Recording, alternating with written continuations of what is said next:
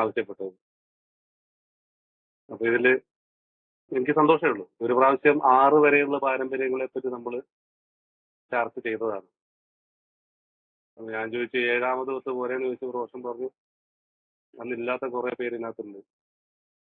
അതുകൊണ്ട് ആദ്യം മുതൽ തന്നെ തുടങ്ങണം എന്ന് പറഞ്ഞു. അപ്പോൾ എല്ലാവർക്കും കേട്ട ആളുകളുണ്ടാവും, കേൾക്കാത്ത ആൾക്കാരുണ്ടാവും, അന്ന് ചർച്ചയിലില്ലാത്ത ആൾക്കാരുണ്ടാവും. ബോറടിക്കില്ലെങ്കിൽ നമുക്ക് തുടങ്ങാം എന്ന് പറഞ്ഞു. ഇത് അങ്ങനെ തുടങ്ങിയിട്ട് ഇത് 12 വരെ 12ാമത്തെ പാരമ്പര്യത്തിൽ അവസാനിക്കാൻ പറ്റട്ടെ എന്ന് ഞാൻ ആഗ്രഹിക്കുന്നു. അങ്ങനെയല്ലേ? എല്ലാവരോടും ഒരു സമ്മതം ഞാൻ ചോദിക്കാനൊക്കെ ആയിരുന്നു. പുറത്തും തുടങ്ങാതില്ലേ? യെസ്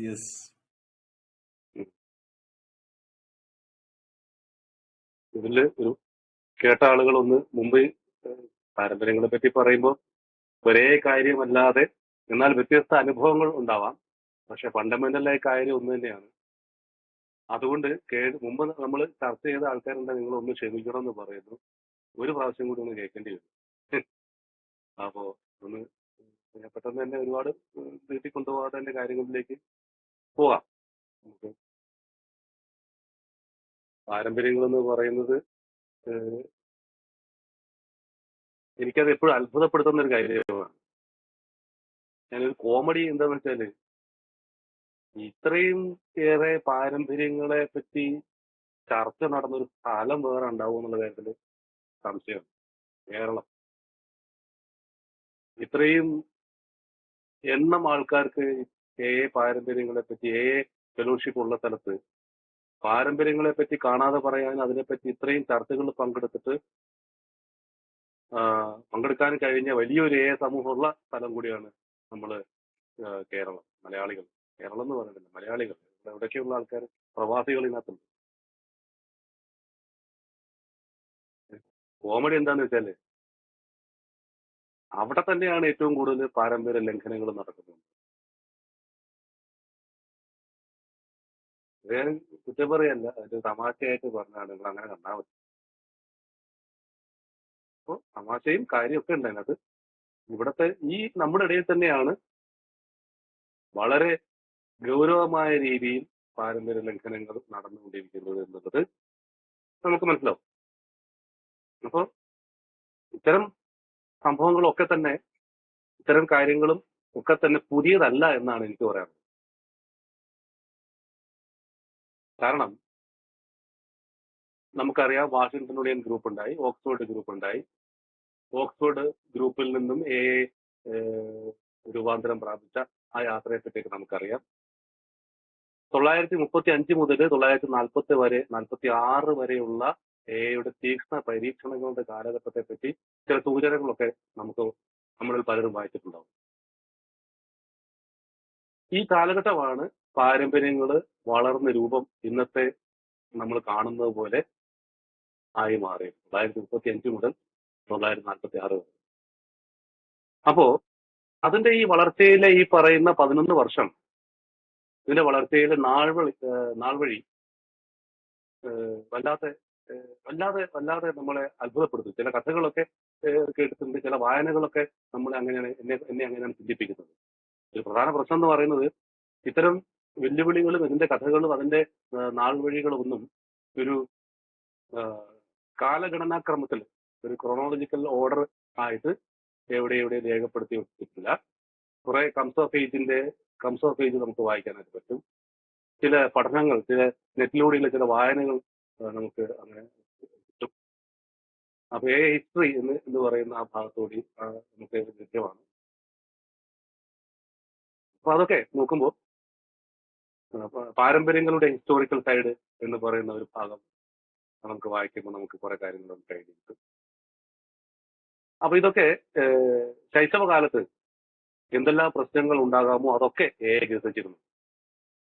ഇന്ന് നമ്മൾ കാണുന്ന ഏകാധിപത്യം, പണത്തിന്റെ പ്രശ്നം, പിന്നെ അധികാരത്തിന് വേണ്ടിയുള്ള പ്രശ്നങ്ങൾ, ഈ പറയുന്ന പവർ, ലെസ്റ്റ് ഫോർ പവർ, ഇതൊക്കെ നല്ല രീതിയിൽ അന്ന് AI കീർത്തിച്ചിരുന്നു.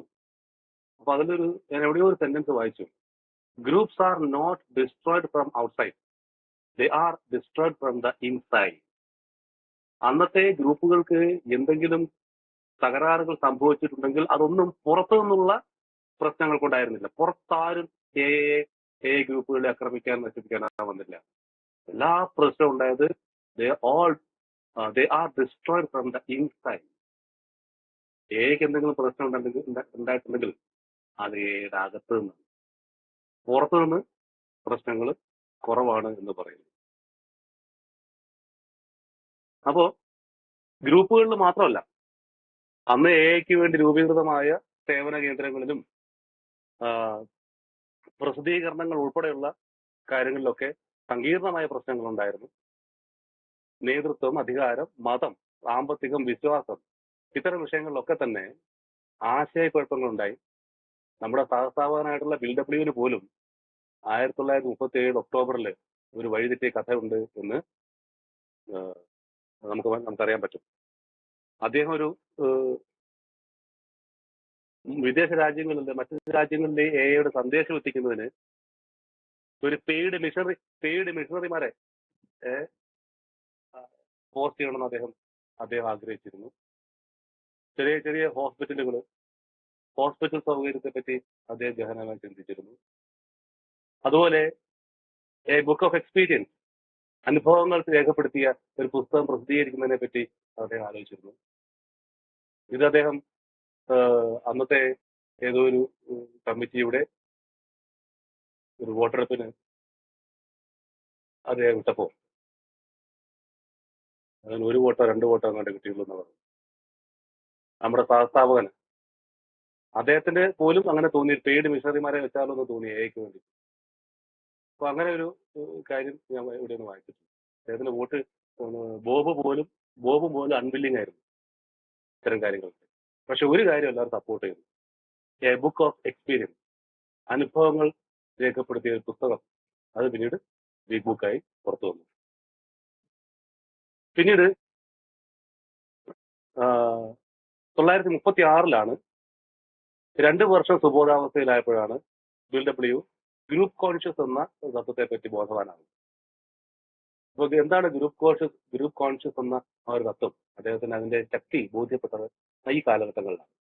ഒറ്റയ്ക്ക് ഒരു തീരുമാനം എടുക്കാതെ, ഒറ്റയ്ക്ക് ഒരു കാര്യത്തെ പറ്റി ഒരു ലക്ഷ്യത്തിലോ തീരുമാനത്തിലോ എത്താതെ, അത് കുറച്ച് ആൾക്കാരുടെ മനസ്സിലൂടെ കടത്തിവിട്ട് ഒന്ന് ഫിൽട്ടർ ചെയ്തതിനു ശേഷം ഒരു തീരുമാനത്തിലെത്തുന്ന ഒരു രീതി എയിലേക്ക് അദ്ദേഹം കൊണ്ടുവന്നതിനു ശേഷം 1937 ഓക്സ്ഫോർഡ് ഗ്രൂപ്പിൽ നിന്നും ന്യൂയോർക്കിലെ എ ഗ്രൂപ്പ് വേർപെട്ടു. പുറമേ നിന്നുള്ള ഇടപെടലുകൾ എ നിരസിക്കാൻ ആരംഭിച്ചു. ട്രഡീഷൻ 6 ഉത്ഭവത്തിന് ഇത് കളമൊരുങ്ങി എന്ന് പറയുന്നു. 1942 ഒക്ടോബറിൽ ബിൽഡബ്ല്യുവും ഡോക്ടർ ബോബും ബിഗ് ബുക്ക് റോയൽറ്റിയുടെ പേരിൽ ചെറിയ വിവാദത്തിലുണ്ടായി. തുടർന്നുണ്ടായ സംഭവങ്ങളാണ് ട്രഡീഷൻ 8 ഇതിന് കളമൊരുങ്ങിയതെന്ന് കരുതുന്നു. പിന്നീട് 1945 ബിഗ് ബുക്ക് പബ്ലിക്കേഷന് വേണ്ടി വാങ്ങിയ റോക്ക്ഫെല്ലർ കടം അതൊക്കെ അടച്ചു എന്ന് പറയുന്നു. ബിഗ് ബുക്കിന്റെ റോയൽറ്റിയും പാംഫ്ലെറ്റ് വരുമാനം മാത്രം മതി എയുടെ നിലനിൽപ്പിന് ഭാവിയിൽ സ്വയം പര്യാപ്തതയ്ക്ക് എന്ന് തീരുമാനിച്ചു. ഇത് ട്രഡീഷൻ എയുടെ വളർച്ചയിലേക്ക് നയിച്ചു. അങ്ങനെ 1946 ഏപ്രിൽ മാസത്തിലെ ഗ്രേപ്പ് വൈനിലൂടെയാണ് 12 suggested points of a traditions അവതരിപ്പിക്കപ്പെട്ടത്. ഇതാണ് ദീർഘരൂപമായിട്ട് അറിയപ്പെടുന്നത്. 1949 നവംബറിൽ ഏൾ ടി 12 സജസ്റ്റഡ് പോയിന്റ്സിലെ വന്ന അതിനകത്ത് വന്നിട്ടുള്ള ദീർഘരൂപത്തെ പരിഷ്കരിച്ച് ഹ്രസ്വമാക്കാൻ വേണ്ടി ആണ് ബിൽഡബ്ല്യുഡ് നിർദ്ദേശിച്ചത്. ആ ഹ്രസ്വരൂപമാണ് നമ്മളിന്ന് വായിക്കുന്നത്. 1949 നവംബറിലെ ഗ്രേപ്പ് വൈനിൽ കൂടി ഹ്രസ്വരൂപം പുറത്തു വന്നു. 1950 ക്ലീവ്ലൻഡ് കൺവെൻഷൻ വെച്ചിട്ട്, ഫസ്റ്റ് ഇന്റർനാഷണൽ കൺവെൻഷൻ വെച്ചിട്ട് ഒഫീഷ്യൽ ഡിക്ലറേഷൻ നടന്നു. ഇതാണ് എൻ്റെ ഒരു റൂട്ട്. അപ്പോൾ എന്റെ ഇതിനെപ്പറ്റിയുള്ള ചെറിയ ചെറിയ വായനകളിലും ഒക്കെ എനിക്ക് കിട്ടിയ ഇൻഫർമേഷൻസ് ആണ് ഇതൊക്കെ ഞാൻ കുറിച്ച് വെച്ചിട്ടുണ്ട്. അതാണ് ഞാൻ വായിച്ചത്. എന്തായാലും ഈ ഒരു കാലഘട്ടം 45 മുതൽ 50 വരെയുള്ള കാലഘട്ടമാണ് BW നമ്മുടെ ട്രഡീഷൻ ഒന്ന് സ്ഥാപിച്ചെടുക്കുന്നതിന് വേണ്ടി തീവ്രമായ പ്രവർത്തനങ്ങൾ നടത്തിയെന്ന് കാണാം. അദ്ദേഹം ആ കാലഘട്ടത്തിൽ പാരമ്പര്യങ്ങൾ നിലവിൽ വരുന്നതിന് വേണ്ടി നിരന്തര യാത്രകൾ, ഗ്രൂപ്പുകൾ തോറും നിരന്തര യാത്രകൾ നടത്തിയിരുന്നു. അപ്പം നമുക്കൊരു നമ്മുടെ ഐക്യം, എയുടെ ഒരു സെറ്റപ്പ്, എയ്ക്ക് ഒരു സെറ്റപ്പ് ഉണ്ടാവേണ്ടതുണ്ട്. അതിന് ശക്തമായ നിയമാവലികളല്ല വേണ്ടത്, ശക്തമായ പാരമ്പര്യങ്ങളാണ് എന്ന് അദ്ദേഹം ഉറച്ചു വിശ്വസിച്ചിരുന്നു. ട്രഡീഷൻസ് ആണ് എന്ന് വിശ്വസിച്ചിരുന്നു. അങ്ങനെ പക്ഷേ അന്നത്തെ ആളുകളുടെ പ്രതികരണം സമ്മിശ്രമായിരുന്നു എന്നാണ് എ ലെഗസി ഓഫ് സർവീസ് എന്ന പാംപ്ലെറ്റിലെ പേജ് 11 പറയുന്നത്. അന്നത്തെ കേൾവിക്കാരുടെ പ്രതികരണം സമ്മിശ്രമായിരുന്നു. പ്രശ്നങ്ങൾ നിറഞ്ഞ ഗ്രൂപ്പുകൾ BW ഈ ആശയത്തെ മുന്നോട്ട് വെച്ചപ്പോൾ സന്തോഷത്തോടു കൂടി സ്വീകരിച്ചു, അല്ലാത്തവര് എതിർക്കുകയുണ്ടായത്. അപ്പോൾ അവർ പറഞ്ഞത് ട്രഡീഷൻസ് എന്ന് പറയുന്നത് BWന്റെ പ്രതീക്ഷയുടെയും ആകുലതയുടെയും ഉത്കണ്ഠകളുടെയും ഒക്കെ വെറും പ്രതിഫലനം മാത്രമാണ് എന്നാണ് അവർ പറഞ്ഞത്. BW നിനക്ക് കുറെ ടെൻഷനൊക്കെ ഉണ്ട്, എയുടെ ഭാവി എന്താവെന്ന് ഓർത്ത് നിനക്ക് കുറച്ച് ഉത്കണ്ഠയൊക്കെ ഉണ്ട്. ആ ഉത്കണ്ഠയെ പറ്റിയുള്ള പ്രതിഫലനം മാത്രമാണ് ഈ ട്രഡീഷൻ പറഞ്ഞു നടക്കുന്നത് എന്ന തരത്തിലാണ് കുറെ ആളുകൾ അന്ന് പ്രതികരിച്ചിരുന്നത്. പിന്നീട് BW താങ്കൾ ഞങ്ങളോട് സംസാരിക്കുന്നത് ഇഷ്ടമാണ്, താങ്കളുടെ ആത്മീയ അനുഭവത്തെക്കുറിച്ച് ഞങ്ങളോട് പറയൂ, ഞങ്ങൾ കേൾക്കാം, പക്ഷേ ദയവായി ആ ട്രഡീഷനെ കുറിച്ച് പറയാതിരിക്കൂ എന്ന് പോലും ആളുകൾ അദ്ദേഹം പറഞ്ഞു. അപ്പൊ ആ കാലഘട്ടങ്ങളിൽ മീറ്റിംഗുകൾ തോറും BW സഞ്ചരിച്ചിരുന്നു. 1942 നടന്ന ഒരു അമേരിക്കൻ നാവികന്റെ കഥ, പൈലറ്റിന്റെ വൈമാനികന്റെ കഥ അദ്ദേഹം സ്ഥിരമായിട്ട് മീറ്റിംഗിൽ പറയുമായിരുന്നു. എഡി റീക്കൻബേക്കറുടെ കഥ. അപ്പൊ എഡി റീക്കൻബേക്കറുടെ കഥ ഒരു എക്കാരന് അത്ര അപരിചിതമാവാൻ സാധ്യതയില്ല. നമുക്ക് എല്ലാവർക്കും അതിന്റെ ചില പോയിന്റ്സ് ഒക്കെ അറിയാം. എഡി റീക്കൻബേക്കർ ഒരു പ്രശസ്ത വൈമാനികനായിരുന്നു. അദ്ദേഹം ഒരുപാട് തവണ അമേരിക്കൻ വൈമാനികനായിരുന്നു. അദ്ദേഹം ഒരുപാട് തവണ പ്രത്യേകിച്ച് അറ്റ്ലാന്റിക് സമുദ്രത്തിന്റെ മുകളിലൂടെ വിമാനം ഓടിക്കുമ്പോൾ ഒരുപാട് തവണ അപകടത്തിൽപ്പെട്ടതാണ്. തിരിച്ചു വന്നിട്ടുമുണ്ട്. അങ്ങനെ അദ്ദേഹത്തെ പറ്റി, അദ്ദേഹത്തിന്റെ സാഹസിക കഥകളെ പറ്റി അന്നത്തെ ന്യൂയോർക്ക് റേഡിയോ ഒക്കെ ഒരുപാട് തവണ സംപ്രേഷണം ചെയ്തതാണ്. അദ്ദേഹം മരിച്ചുപോയി എന്ന് അദ്ദേഹം നഷ്ടപ്പെട്ടു എന്ന് റിപ്പോർട്ട് ചെയ്ത അവസരത്തിന് ശേഷം അദ്ദേഹം തിരിച്ചു വന്നിട്ടുണ്ട്. അത്തരത്തിൽ ധൈര്യവാനായിരുന്ന ഒരു വ്യക്തിയായിരുന്നു എഡി റീക്കൻബേക്കർ. അദ്ദേഹം 1942 ഒരു രാത്രിയിൽ അദ്ദേഹം കൂട്ടരും ഒരു ഫ്ലൈറ്റ് വിമാനം തകർന്ന് കടലിൽ. ഇതിനെപ്പറ്റി എങ്ങനെ മനസ്സിലാക്കുന്നത് ചോദിച്ചാൽ, ഞാനിതിനെപ്പറ്റി ഒന്ന് എങ്ങോട്ടൊന്ന് ശ്രമിച്ചു നോക്കിയപ്പോൾ ഇതേ കഥ ഉപയോഗിച്ച് 5 or 6 സിനിമ ഹോളിവുഡിൽ അക്കാലത്ത് ഇറങ്ങിയിട്ടുണ്ട്. എഡി റീക്കൻബേക്കറുടെ സ്റ്റോറിയെ പറ്റി ബേസ് ചെയ്ത് സിനിമകൾ ഇറങ്ങിയിട്ടുണ്ട്. ആ സിനിമയുടെ സ്റ്റോറി ഒക്കെ ഇത് തന്നെയാണ്. അപ്പൊ അതൊക്കെ നമുക്ക് വിക്കിപീഡിയയിൽ വായിക്കാൻ പറ്റും. വിക്കിപീഡിയയിൽ ക്ലിക്ക് ചെയ്ത് നോക്കാം. Eddie Rickenbacker and his story film ഹോളിവുഡിൽ അന്നത് സിനിമയായിട്ട് മാറിയിട്ടുണ്ട്. ആ സ്റ്റോറിയുടെ കണ്ടന്റ് നമുക്ക് വായിക്കാൻ പറ്റും. അതിലൊന്നും കുറച്ച് ഇൻഫർമേഷൻ നമുക്ക് കിട്ടും. അപ്പൊ ഞാൻ അങ്ങനെ വായിച്ചു നോക്കിയപ്പോൾ ഇതാണ് എന്റെ കഥ. അദ്ദേഹത്തിന്റെ ഈ ചാനലിൽ വീണു, കടലിൽ രക്ഷപ്പെടാൻ കഴിയുന്നില്ല. പക്ഷെ എല്ലാവരും കൂടി ഒരു ചങ്ങാടത്തില്, ആരും ഉപേക്ഷിക്കപ്പെട്ട ഒരു ചങ്ങാടത്തിലോ ഒരു റാഫ്റ്റ് എന്നാ പറയുന്നത്, അതിനകത്ത് കയറി പിടിച്ചു. കടലിൽ വീണ വിമാനത്തിൽ നിന്നും എല്ലാവരും ആ ചങ്ങാടത്തിൽ കയറി പിടിച്ച് ചങ്ങാടത്തിൽ കയറി നിന്നു. പക്ഷെ രക്ഷപ്പെടില്ല എന്ന് അവർ വിചാരിച്ചു. കാരണം രക്ഷപ്പെടില്ല എന്ന് അവർ ചിന്തിക്കാനുള്ള കാരണം, അത് സാധാരണയുള്ള ഫ്ലൈറ്റ് റൂട്ട്, സ്ഥിരമായിട്ട് പോകുന്ന ഫ്ലൈറ്റ് റൂട്ടിൽ നിന്നും വ്യത്യസ്തമായ റൂട്ടിലാണ് അവർ പോയത്. അങ്ങനെയാണ് അത് അപകടം ഉണ്ടായത്. പിന്നെ ഒരു തെരഞ്ഞു വരുന്ന ഒരു തെരച്ചിൽ വിമാനം ആ റൂട്ടിലൂടെ രണ്ടാമത് ഇവരെ തിരക്കി വരാനുള്ള സാധ്യത കുറവാണ്. അതുപോലെ കപ്പൽ ചാലുകൾ ഇല്ലാത്തൊരു സ്ഥലമായിരിക്കാനാണ് സാധ്യത. അതുകൊണ്ട് ഒരിക്കലും മറ്റൊരു ആള് തെരഞ്ഞു വരില്ല എന്ന് അവര് ഉറച്ചു വിശ്വസിച്ചു. അപ്പൊ അവിടെ ഇരുന്ന് അറ്റ്ലാന്റിക്കിലല്ലേ നമ്മുടെ തണുപ്പും കൊടുത്തണുപ്പും ശൈത്യവും പകൽ സമയത്തെ ചൂടും ഭക്ഷണമില്ലായ്മയും കുറെ അധികം നാവികരുണ്ട്, വൈമാനികരുണ്ട് അതിനകത്ത്. എല്ലാവരും മരണം ഉറപ്പിച്ചതാണ്. ഇനി നാട്ടിലേക്ക് ഒരു തിരിച്ചു പോക്കില്ല, ഇനി സ്വപ്നങ്ങളില്ല, ഇനി വീടില്ല, ഇനി ഭാര്യയില്ല, മക്കളില്ല, കുടുംബമില്ല, കാമുകിയില്ല എന്നൊക്കെ അവരെ തന്നെ തീരുമാനിച്ചു. മരിക്കുക എന്നല്ലാതെ അതിലപ്പുറത്തേക്കൊന്നുമില്ല. അപ്പോ ഈ അവസ്ഥ വന്നപ്പോൾ എഡി റീക്കൻബേക്കർ പറഞ്ഞു, നിങ്ങൾക്കറിയാമോ സുഹൃത്തുക്കളെ, ഞാൻ ഒരുപാട് തവണ ഞാൻ ഈ മരണത്തിൽ നിന്ന് രക്ഷപ്പെട്ട ആളാണ്. അപ്പൊ അദ്ദേഹം ഓരോ തവണ രക്ഷപ്പെട്ട കഥകൾ അവരോട് പറഞ്ഞുകൊണ്ടിരുന്നു. അപ്പൊ അവർ കേട്ടപ്പോൾ അവർക്ക് തോന്നി ഞങ്ങൾക്ക് തിരിച്ചു പോകാൻ കഴിയും. ഇദ്ദേഹത്തിന്റെ കഥ പല പ്രാവശ്യം അദ്ദേഹം അപകടത്തിൽപ്പെട്ട ആളാണ്. നേരത്തെ പറഞ്ഞ പോലെ ന്യൂയോർക്ക് റേഡിയോ ഇദ്ദേഹം മരിച്ചുപോയി എന്ന് റിപ്പോർട്ട് ചെയ്തതാണ്. എന്നിട്ട് പോലും അദ്ദേഹം തിരിച്ചു വന്ന ആളാണ്. സോ ഞാൻ പറയുന്നത് വിശ്വസിക്കൂ, നിങ്ങൾക്ക് രക്ഷപ്പെടാം, നമ്മൾ ഒരുമിച്ച് നിന്നാൽ നമുക്ക് രക്ഷപ്പെടാം എന്ന് അദ്ദേഹം പറഞ്ഞു. അപ്പൊ അത് കേട്ട് ഉത്തേജിതരായി അവര് ഫൈറ്റ് ചെയ്യാൻ ആരംഭിച്ചു. അവർ ഫൈറ്റ് ചെയ്യാൻ ആരംഭിച്ചത് തിരമാലകളോടും കാലാവസ്ഥയോടും തണുപ്പിനോടും വിശപ്പിനോടും ഒക്കെയാണ് അവര്, കൊടുങ്കാറ്റിനെയും ഒക്കെയാണ് അവര് ഫൈറ്റ് ചെയ്യാൻ ആരംഭിച്ചത്. അപ്പൊ അവരുടെ ആ ഫൈറ്റ് എന്ന് പറയുന്നത് അതാണ് ആ സിനിമ. അവരുടെ ആ രക്ഷപ്പെടാനുള്ള ഫൈറ്റ് അതാണ് ആ ഹോളിവുഡ് സിനിമകളുടെ ഒക്കെ ഇതിവൃത്തം. അപ്പൊ അത് ഇന്നത്തെ കാണാൻ പറ്റുമെന്ന് അറിയില്ല. വിദേശത്തൊരു ആള് ഇതിന്റെ സുഹൃത്തുക്കളൊക്കെ ഉണ്ടെങ്കിൽ അതിന്റെ അവരുടെ അന്വേഷിച്ചാലൊക്കെ രസകരമായുള്ള അന്വേഷണങ്ങളാണ് ഇങ്ങനെയുള്ള അന്വേഷണങ്ങളൊക്കെ. അപ്പൊ ഇതിനൊക്കെ എന്തെങ്കിലുമൊക്കെ തുമ്പുകൾ കിട്ടുമായിരിക്കും. നോക്കാം അതേപ്പറ്റി കൂടുതൽ എന്തെങ്കിലും സ്റ്റോറിയോ ഫിലിമിനെ പറ്റിയുള്ള ഐഡിയകളൊക്കെ ബുദ്ധിമുട്ടില്ലെങ്കിൽ ഗ്രൂപ്പിലൊക്കെ നിൽക്കാം. എല്ലാവരും വായിക്കുക ചെയ്യാമല്ലോ, ആർക്കെങ്കിലും അങ്ങനെ കിട്ടിയാൽ. അപ്പോ എഡിയുടെയും കൂട്ടരുടെയും കഥ, അവര് യുദ്ധം ആരംഭിച്ചു. നാളെയെക്കുറിച്ചും സ്വപ്നങ്ങളെക്കുറിച്ചും പദവികളെക്കുറിച്ചും അല്ലെ, അവർക്ക് ഒരുപാട് അവരുടെ ഇടയിൽ തന്നെ പദവി വ്യത്യാസമുണ്ട്. താഴെ ഉള്ള ഉദ്യോഗസ്ഥന്മാർ മേലുദ്യോഗസ്ഥന്മാരായ കൂട്ടത്തിലുണ്ട്. പക്ഷെ അതൊന്നും അവര് അപ്പോൾ ശ്രദ്ധിച്ചില്ല. നാളെയെക്കുറിച്ച് അവർ ആലോചിച്ചില്ല. നാളെ എന്ത്, ഇന്നലെ പറ്റി അവർ ആലോചിച്ചില്ല. ഇന്നലകളെ കുറിച്ച് അവർ ആലോചിച്ചില്ല എന്ന് പറയുന്നു. കഴിഞ്ഞു പോയ കാലം എന്തൊക്കെയായിരുന്നു, എന്നെങ്ങനെയായിരുന്നു എന്ന് അവർ ചിന്തിച്ചില്ല. അവർക്കുണ്ടായിരുന്ന സ്വപ്നങ്ങളെ പറ്റി അവര് ചിന്തിച്ചില്ല. അവരുടെ ലക്ഷ്യങ്ങൾ, ജീവിത ലക്ഷ്യത്തെ പറ്റി അവർ ചിന്തിച്ചില്ല.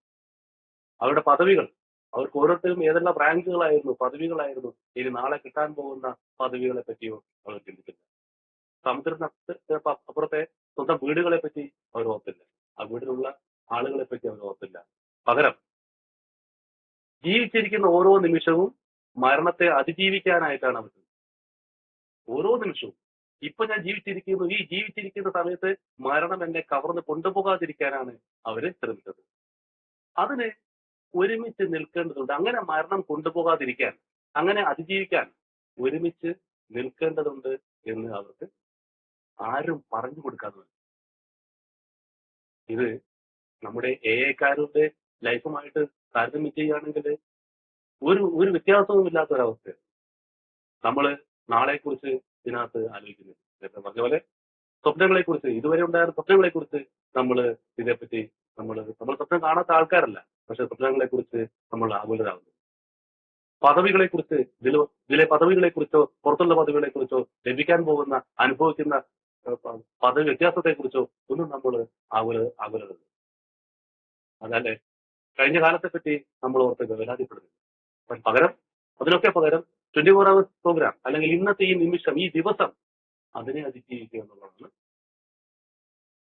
അപ്പൊ ഇതുപോലെ തന്നെ ആ കടലിൽ അവര് എഡി റീക്കൻബേക്കറും തൊട്ട് യുദ്ധം ആരംഭിച്ചു. അതിന് ഒരുമിച്ച് നിൽക്കേണ്ടതുണ്ട് എന്ന് അവർക്ക് ബോധ്യപ്പെട്ടു. ഒരുമിച്ച് നിന്നാലേ പറ്റുള്ളൂ. പ്രത്യേകിച്ച് അവരെല്ലാവരും ഒരു റാഫ്റ്റിലാണ്, ചങ്ങാടത്തിലാണ്. അപ്പൊ ഈ റാഫ്റ്റ് കൊടുങ്കാറ്റിലെ തിരമാലകളിൽ മറിയാൻ തുടങ്ങുമ്പോൾ അവര് പരസ്പരം ഭാരം ക്രമീകരിച്ച് രക്ഷിച്ചുകൊണ്ടിരുന്നു. അപ്പോ എല്ലാവരും കൂടി ഒരു സൈഡിൽ പോയിരുന്ന റാഫ്റ്റിന്റെ ഒരു സൈഡിൽ പോയിരുന്ന റാഫ്റ്റ് മറിയും. കൊടുങ്കാറ്റില് ഈ റാഫ്റ്റ് ചാഞ്ചാടുമ്പോ അതിന്റെ ഭാരം ഇവര് ആരും പറയാതെ തന്നെ ക്രമീകരിച്ചുകൊണ്ടിരുന്നു. നീ അത് അവിടെ പോയിരിക്കണം, ഇവിടെ പോയിരിക്കണം, കമാൻഡിന്റെ ആവശ്യം ഉണ്ടായില്ല. എല്ലാവരും അത് കണ്ടറിഞ്ഞ് ആ റാഫ്റ്റ് മറിയാതെ സംരക്ഷിച്ച് നിർത്തി കൊടുങ്കാറ്റ് വന്നപ്പോ. പിന്നെ മരിക്കാതിരിക്കാനായി അല്പഭക്ഷണം കയ്യിലുണ്ടായിരുന്നു. വേണമെങ്കിൽ വിശപ്പടിച്ചാൽ അതൊക്കെ അടിച്ച് ഒറ്റ ഒരു നേരം കൊണ്ട് തിന്നാവുന്ന ഭക്ഷണമേ ഉള്ളൂ. പക്ഷെ അവര് ആ അല്പഭക്ഷണം അവർ തുല്യമായി പങ്കുവച്ചു. മരിക്കാതിരിക്കാനാണ് അവർ ഭക്ഷണം കഴിച്ചത്, വയറ് നിറയാനല്ല. എനിക്കൊന്നും കിട്ടിയില്ല എന്ന് ആരും പരാതി പറഞ്ഞില്ല. എനിക്ക് തിന്നാൻ കിട്ടിയില്ല എന്ന് ആരും പരാതി പറഞ്ഞില്ല. അല്പഭക്ഷണം തൊണ്ട മരിക്കാതിരിക്കാനൊക്കെ അവർ. മഴയത്ത് കിട്ടിയ ജലം ആർത്തിയോടെ ആരും കുടിച്ചു വറ്റിച്ചില്ല. ജലം ഉണ്ടായിരുന്ന അല്പം, അത് ഈ കടലിന് നടുക്ക് ഒരു ചങ്ങാടത്തിൽ നിൽക്കുന്ന അവര് ആരും ആർത്തിയോടുകൂടി അവർ കുടിച്ചു വറ്റിച്ചില്ല. പകരം മരിക്കാതിരിക്കാൻ തൊണ്ട നനച്ചുകൊണ്ടിരുന്നു. അല്ലെ? ദാഹം വന്നാൽ കുടിച്ചു കുടിച്ച് വറ്റിക്കാം. പക്ഷെ ആ ആലോചിച്ച് നോക്കൂ, നടന്ന കഥയാണ്. ആ വരയിൽ നിന്ന് വന്ന കഥയല്ലല്ലോ, നടന്ന കഥയാണ്. അപ്പോ അവര് ആ ഒരു വെയിലത്തും ആ അതിശൈത്യത്തിലും ഒക്കെ അവർ തൊണ്ട നനച്ചുകൊണ്ട്, അവര് മഴജലം ശേഖരിച്ചുകൊണ്ട്, അവര് പരസ്പരം സഹായിച്ചുകൊണ്ട്, പരസ്പരം അവര് നോക്കൂ, ആ വിശപ്പ് ഉള്ള ആൾക്കാർക്ക് വേണമെങ്കിൽ ഭക്ഷണത്തിന് വേണ്ടി വഴക്കടിക്കാം, അല്ലേ? ഭക്ഷണത്തിന് വേണ്ടി വാശി പിടിക്കാം, എനിക്ക് കൂടുതൽ ഭക്ഷണം വേണമെന്ന് പറയാം. പക്ഷെ ആരും പരാതി പറഞ്ഞില്ല. മരിക്കാതിരിക്കാൻ, ഞാനും മരിക്കരുത്, നീയും മരിക്കരുത്, നമ്മൾ ആരും മരിക്കരുത്, അതിന് അല്പ ഭക്ഷണം കഴിച്ചുകൊണ്ട് ജീവൻ നിലനിർത്തുക. വെള്ളം വേണമെങ്കിൽ ഒരു കവൾ 2 കവൾ അകത്തേക്ക് എടുക്കാം എനിക്ക് വേണമെങ്കിൽ, പക്ഷെ ഞാൻ എന്റെ ജീവൻ നിലനിർത്താൻ ആവശ്യമായ ജലം മാത്രം കുടിക്കുന്നു, നീയും കുടിക്കുക, നമ്മൾ എല്ലാവരും കുടിക്കുക, നമ്മൾ ഓരോരുത്തർക്കും രക്ഷപ്പെടണം, തൊണ്ട നിൽക്കും, അല്ലേ? എന്ത് സുന്ദരമായ ഒരു ആശയമാണ് ഐക്യം. ഐക്യത്തെ പറ്റി പറയുമ്പോൾ നമ്മുടെ ഇടയിലുള്ള ഐക്യത്തെ പറ്റി പറയാൻ, നമ്മുടെ ഇടയിൽ ഉണ്ടായിരിക്കേണ്ട ഐക്യത്തെ പറ്റി പറയാൻ LW ഈ കഥ ഇങ്ങനെയാണ്. അപ്പോ 8 ദിവസത്തിന് ശേഷം അദ്ദേഹം അവർക്ക് ഒരു കടൽ പക്ഷിയെ കിട്ടി. അതിനെ അവർ ഭക്ഷിച്ചു എന്ന് പറയുന്നു. തീകൾ, അങ്ങനെന്തോ പറയുന്നത് പക്ഷിയുടെ തീകൾ, അതിനെ അവര് ഭക്ഷിച്ചു. അതിന്റെ അവശിഷ്ടങ്ങൾ കൊണ്ട് മത്സ്യത്തെ പിടിച്ചു ജീവൻ നിലനിർത്തി. ഭക്ഷണത്തിന് വേണ്ടിയോ ജലത്തിന് വേണ്ടിയോ ആരും ഉപദേശിക്കാതെ അവർ നിസ്വാർത്ഥരായി. അല്ലെ, അവശരായവർ, ചിലർ അവശരായി, ചിലർ രോഗഗ്രസ്തരായി. അങ്ങനെയുള്ളവർക്ക് മറ്റുള്ളവർ കോട്ടുകൾ ഊരി നൽകി. തണുപ്പേ, പനി പിടിച്ച ആൾക്കാർക്ക് സ്വന്തം കോട്ടുകൾ ഊരി നൽകി. ഒരാൾ പ്രാണം പിടിഞ്ഞു, ഒരാൾ മരിച്ചു. അദ്ദേഹത്തെ കടലിൽ ആചാരപൂർവ്വം സംസ്കാരം നടത്തി. ഒടുവിൽ 19-ാം ദിവസം അവർ തിരച്ചിൽ വിമാനത്തിന് ദൃഷ്ടിയിൽപ്പെട്ടു. 19 ദിവസം കടലിൽ കഴിഞ്ഞു. അങ്ങനെ 19-ാം ദിവസമാണ് അവർ തിരച്ചിൽ വിമാനത്തിന്റെ ദൃഷ്ടിയിൽപ്പെട്ടത്. വീണ്ടും അവര് ഒരാളൊഴികെ ബാക്കി എല്ലാവരും ജീവിതത്തിലേക്ക്. ഈ കഥ അദ്ദേഹം പറഞ്ഞു, ഏയില് നിസ്വാർത്ഥരാവേണ്ടി വരും. പല ആഗ്രഹങ്ങളും, പല സ്വപ്നങ്ങളും, പല ചിന്തകളും, പല ആവശ്യങ്ങളും പലർക്കും ഉണ്ടാവും. പക്ഷെ അതെല്ലാം നമ്മൾ മാറ്റിവെച്ചുകൊണ്ട് മരണത്തെ, ഒരു തരത്തിലുള്ള മരണം തന്നെയാണ് നമ്മൾ അനുദിനം ഒഴിവാക്കി. കുടിക്കാതിരിക്കുക എന്ന് പറയുന്നത് നമ്മൾ യഥാർത്ഥത്തിൽ ചെയ്തത് മരണത്തെ ഒഴിവാക്കുകയല്ലേ? അങ്ങനെ ഓരോ ദിവസവും മരണത്തെ ഒഴിവാക്കുകയാണ് നമ്മൾ ചെയ്യുന്നത്. അതിന് നമ്മൾ പരസ്പരം സഹായിക്കേണ്ടതുണ്ട്, ത്യാഗം ചെയ്യേണ്ടതുണ്ട്.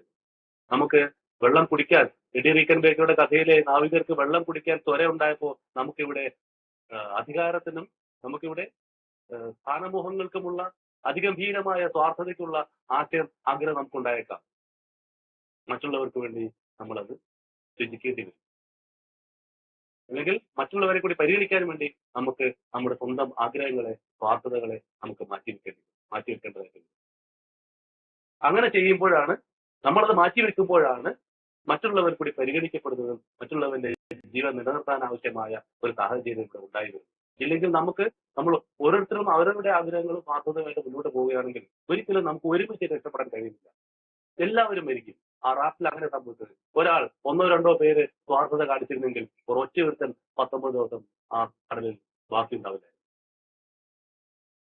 അവർ ഒരുമിച്ച് നിന്നുകൊണ്ട് അവർ അതിജീവിച്ചു. 19 ദിവസം അവർ അതിജീവിച്ചു. ഇതേ അവസ്ഥ തന്നെയാണ് ഏയിലുള്ളത്. ഒരുമിച്ച് നിൽക്കേണ്ടതുണ്ട്, പരസ്പരം പരിഗണിക്കേണ്ടതുണ്ട്. ഫെലോഷിപ്പിന് മൊത്തം തകരാറുണ്ടാകുന്ന സംഭവങ്ങളിൽ നിന്ന് മാറി നിൽക്കേണ്ടതുണ്ട്. ഒരാളുടെ മെമ്പർഷിപ്പ് കട്ട് ചെയ്യാനുള്ള അവകാശം നമുക്കില്ല. ഒരാൾ മെമ്പർ അല്ല എന്ന് പറയാനുള്ള അവകാശം നമുക്കില്ല. അതില് കംസ് ഓഫ് ഏജ് പേജ് 97 ഒരു വാചകം പറയുന്നുണ്ട്, nobody dare to rock the raft. അതാണ് nobody dare to rock the raft എന്ന് പറയുന്നത്. ഒരുത്തനും ആ റാഫ്റ്റിനെ, ആ ചങ്ങാടത്തെ ഒന്ന് ഇളക്കാൻ പോലുമുള്ള ധൈര്യം ഉണ്ടായിരുന്നില്ല. സ്വന്തം ചലനത്തെ കൊണ്ട് പോലും ഒന്ന് ചന്തി ഒന്ന് പൊക്കിയാൽ പോലും ഒരുപക്ഷെ ആ റാഫ്റ്റ് മറിഞ്ഞു പോകുമായിരുന്നു. ഒരുത്തൻ പോലും ആ റാഫ്റ്റിനെ ഒന്ന് ചലിപ്പിക്കാൻ, സ്വന്തം ഇഷ്ടത്തിന് ചലിപ്പിക്കാനുള്ള ധൈര്യം ഉണ്ടായിരുന്നു. കാരണം അങ്ങനെ സ്വന്തം ഇഷ്ടത്തിന് പ്രകാരം ചലിപ്പിച്ചാൽ ആ റാഫ്റ്റ് മറിഞ്ഞ് കടലിൽ പോകും. എല്ലാം കൂടി മറിഞ്ഞ് കടലിൽ പോകും. ഒരെണ്ണം ബാക്കി ഉണ്ടാവില്ല. എത്ര പ്രസക്തമായ ഒരു വാചകം നോക്കൂ. ഏ പിടിച്ചു കയറിയ അല്ലെ അവര് ആ കപ്പലിൽ ആ കടലിൽ മറിഞ്ഞു വീഴാൻ താഴ്ന്നു പോകാതിരിക്കാൻ അവർ ഓരോരുത്തരും സ്വന്തം ചലനത്തെ നിയന്ത്രിച്ചു.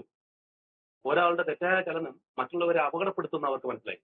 ശരിയായ ചലനം മറ്റുള്ളവരെ രക്ഷിക്കുമെന്നും അവർക്ക് മനസ്സിലായി. അല്ലെ? Some sick and careless members rock the raft. ഇങ്ങനെയും പറയുന്നു. ബട്ട് ഏഴ് കാര്യം പറയുന്നത് but some of sick and careless members rock the raft. ഏഴ് കാര്യം പറയുന്നത് ചില രോഗികളായ ആളുകൾ, അല്ലെ, അശ്രദ്ധ ഉള്ള ആളുകൾ, ഇവരൊക്കെ ഈ ചെങ്ങാടത്തെ ഒന്ന് പിടിച്ചു കുലുക്കാറുണ്ട്. ഏഴ് കാര്യം പറയുന്നത് അമൃതദാഹത്തിന് വിധേയമായി കിട്ടിയ ജലം കുടിച്ചു തീർന്നില്ല, പകരം എല്ലാവരെയും ജീവിക്കാനായി അല്പാൽപ്പം പങ്കുവച്ചു. അപ്പൊ ഇവിടെ പറയുന്നത് നിസ്വാർത്ഥതയാണ്. ഒന്നിനെ ഇതിൽ വന്നിട്ട് സ്വന്തം താല്പര്യങ്ങളെയോ സ്വന്തം ആഗ്രഹത്തെയോ സ്ഥാപിച്ചെടുക്കുവാനായിട്ടുള്ള ശ്രമം അത് ഒഴിവാക്കേണ്ടതുണ്ട്. ഓരോ വ്യക്തികളും സ്വയം അതിൽ നിന്ന് മാറി നിൽക്കേണ്ടതുണ്ട്. ഞാൻ ട്രസ്റ്റി ആവണം, ഞാൻ ഡെലിഗേറ്റ് ആവണം, ഞാൻ ചെയർമാൻ ആവണം എന്ന് പറഞ്ഞുകൊണ്ട് പണിയെടുക്കേണ്ട ആവശ്യമില്ല. അത് ഫെലോഷിപ്പ് നമുക്ക് അയച്ചു കൊടുക്കും. നമ്മുടെ സൗകര്യം കൂടി ചോദിക്കും. Mister Pramod, are you free to serve? നിങ്ങളെ സേവിക്കാൻ നിങ്ങൾ ഇപ്പൊ തയ്യാറാണോ? അപ്പൊ ഞാൻ പറയും ഇപ്പൊ തയ്യാറല്ല. കാരണം എനിക്കെന്റെ വീട് പണി, എന്റെ മക്കളെ പറഞ്ഞു എല്ലാം കൂടി നടക്കുന്നു. അതുകൊണ്ട് ഇപ്പൊ സർവീസിലേക്ക് ഇറങ്ങാൻ ശരിയാവില്ല, കുറച്ചു കാലം കഴിയും. അല്ലെ? അല്ലെങ്കിൽ ഞാൻ തയ്യാറാണ്, ഞാൻ പറയുന്നു ശരിയാണ്, ഞാൻ തയ്യാറായി. ഫെലോഷിപ്പ് ഇങ്ങോട്ട് ചോദിക്കുക. ഞാൻ ഉദാഹരണം പറഞ്ഞാണ്. അല്ലാതെ ഒരു ഇലക്ഷൻ വരുന്നതും ഒരു തീരുമാനം, ഒരു വേക്കൻസി എവിടെയെങ്കിലും വരുമ്പോൾ ഞാൻ പണി തുടങ്ങുകയാണ്. എല്ലാവരും എനിക്ക് വോട്ട് ചെയ്യണം, മറ്റൊന്ന് വോട്ട് ചെയ്യരുത്, ഇവന് വോട്ട് ചെയ്യരുത്, മറ്റൊന്ന് വോട്ട് ചെയ്യരുത്, എനിക്ക് വോട്ട് ചെയ്യണം, എന്നെ ജയിപ്പിക്കണം, എനിക്ക് ഡെലിഗേറ്റ് ആണ്, എനിക്ക് ചെയർമാനാണ്, മലയിൽ ഇന്ന അത് ഇറങ്ങുന്ന തോട്ടങ്ങി കുഴപ്പങ്ങളും പ്രശ്നങ്ങളും ലേക്ക് പോകേണ്ട കാര്യമില്ല. ഇത്തരം സ്വാർത്ഥപരമായ സ്വന്തം ആഗ്രഹങ്ങൾ, അവനവന്റേതായ സ്വാർത്ഥത നിറഞ്ഞ ആഗ്രഹങ്ങൾ ഫെലോഷിപ്പിനെ മൊത്തത്തിൽ കലുഷിതമാക്കുന്നു. അതിന് നമ്മൾ ത്യാഗം ശീലിക്കേണ്ടതുണ്ട്, നിസ്വാർത്ഥത ശീലിക്കേണ്ടതുണ്ട്. എന്തിനാണ് എന്ന് വെച്ചാൽ അത്തരം നിസ്വാർത്ഥതയാണ് എയെ നിലനിർത്തുന്നത്. അത്തരം ത്യാഗമാണ് എയെ നിലനിർത്തുന്നത്. എഡി റീക്കൻബേക്കറും കൂട്ടരും കടലിൽ നിന്നും കപ്പലിൽ നിന്നും രക്ഷപ്പെട്ടത് അവർ നിസ്വാർത്ഥത ശീലിച്ചതുകൊണ്ടാണ്. മറ്റാരും പറയാതെ അവർക്ക് മനസ്സിലായി മര്യാദയ്ക്ക് ഇരുന്നില്ലെങ്കിൽ കഴിച്ചില്ലാതാണ് മനസ്സിലായി. മര്യാദയ്ക്കൂടെ എല്ലാവരും പരസ്പരം കൺസേൺ ചെയ്തുകൊണ്ട് മുന്നോട്ട് പോയില്ലെങ്കിൽ രക്ഷപ്പെടില്ല എന്ന് മനസ്സിലാക്കി. അതേപോലെ ഈ ഫെലോഷിപ്പിൽ നിന്നുകൊണ്ട് മരണത്തിലേക്ക് പോകാതിരിക്കാൻ നമുക്ക് അവർ ശീലിച്ച ആ നിസ്വാർത്ഥതയും ആ ത്യാഗബുദ്ധിയെയും ഒക്കെ നമുക്ക് ശീലിക്കേണ്ടതായിട്ടുണ്ട്. ഇതിന് ഒന്നാമത്തെ പാരമ്പര്യം പറയുമ്പോൾ ഈ ഒരു സ്റ്റോറി ഒരു വളരെ പ്രാധാന്യമുള്ളതാണ്. നമ്മളത് ഇൻഫർമേഷന് വേണ്ടി ഷെയർ ചെയ്തു. നമുക്ക് ഒരു ടൈമുണ്ടോ? എത്ര മണി വരെ മോഡറേറ്റർ?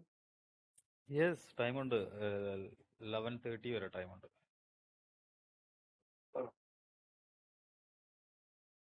അപ്പൊ ഇതില് ആ ഒരു കഥ നമുക്ക്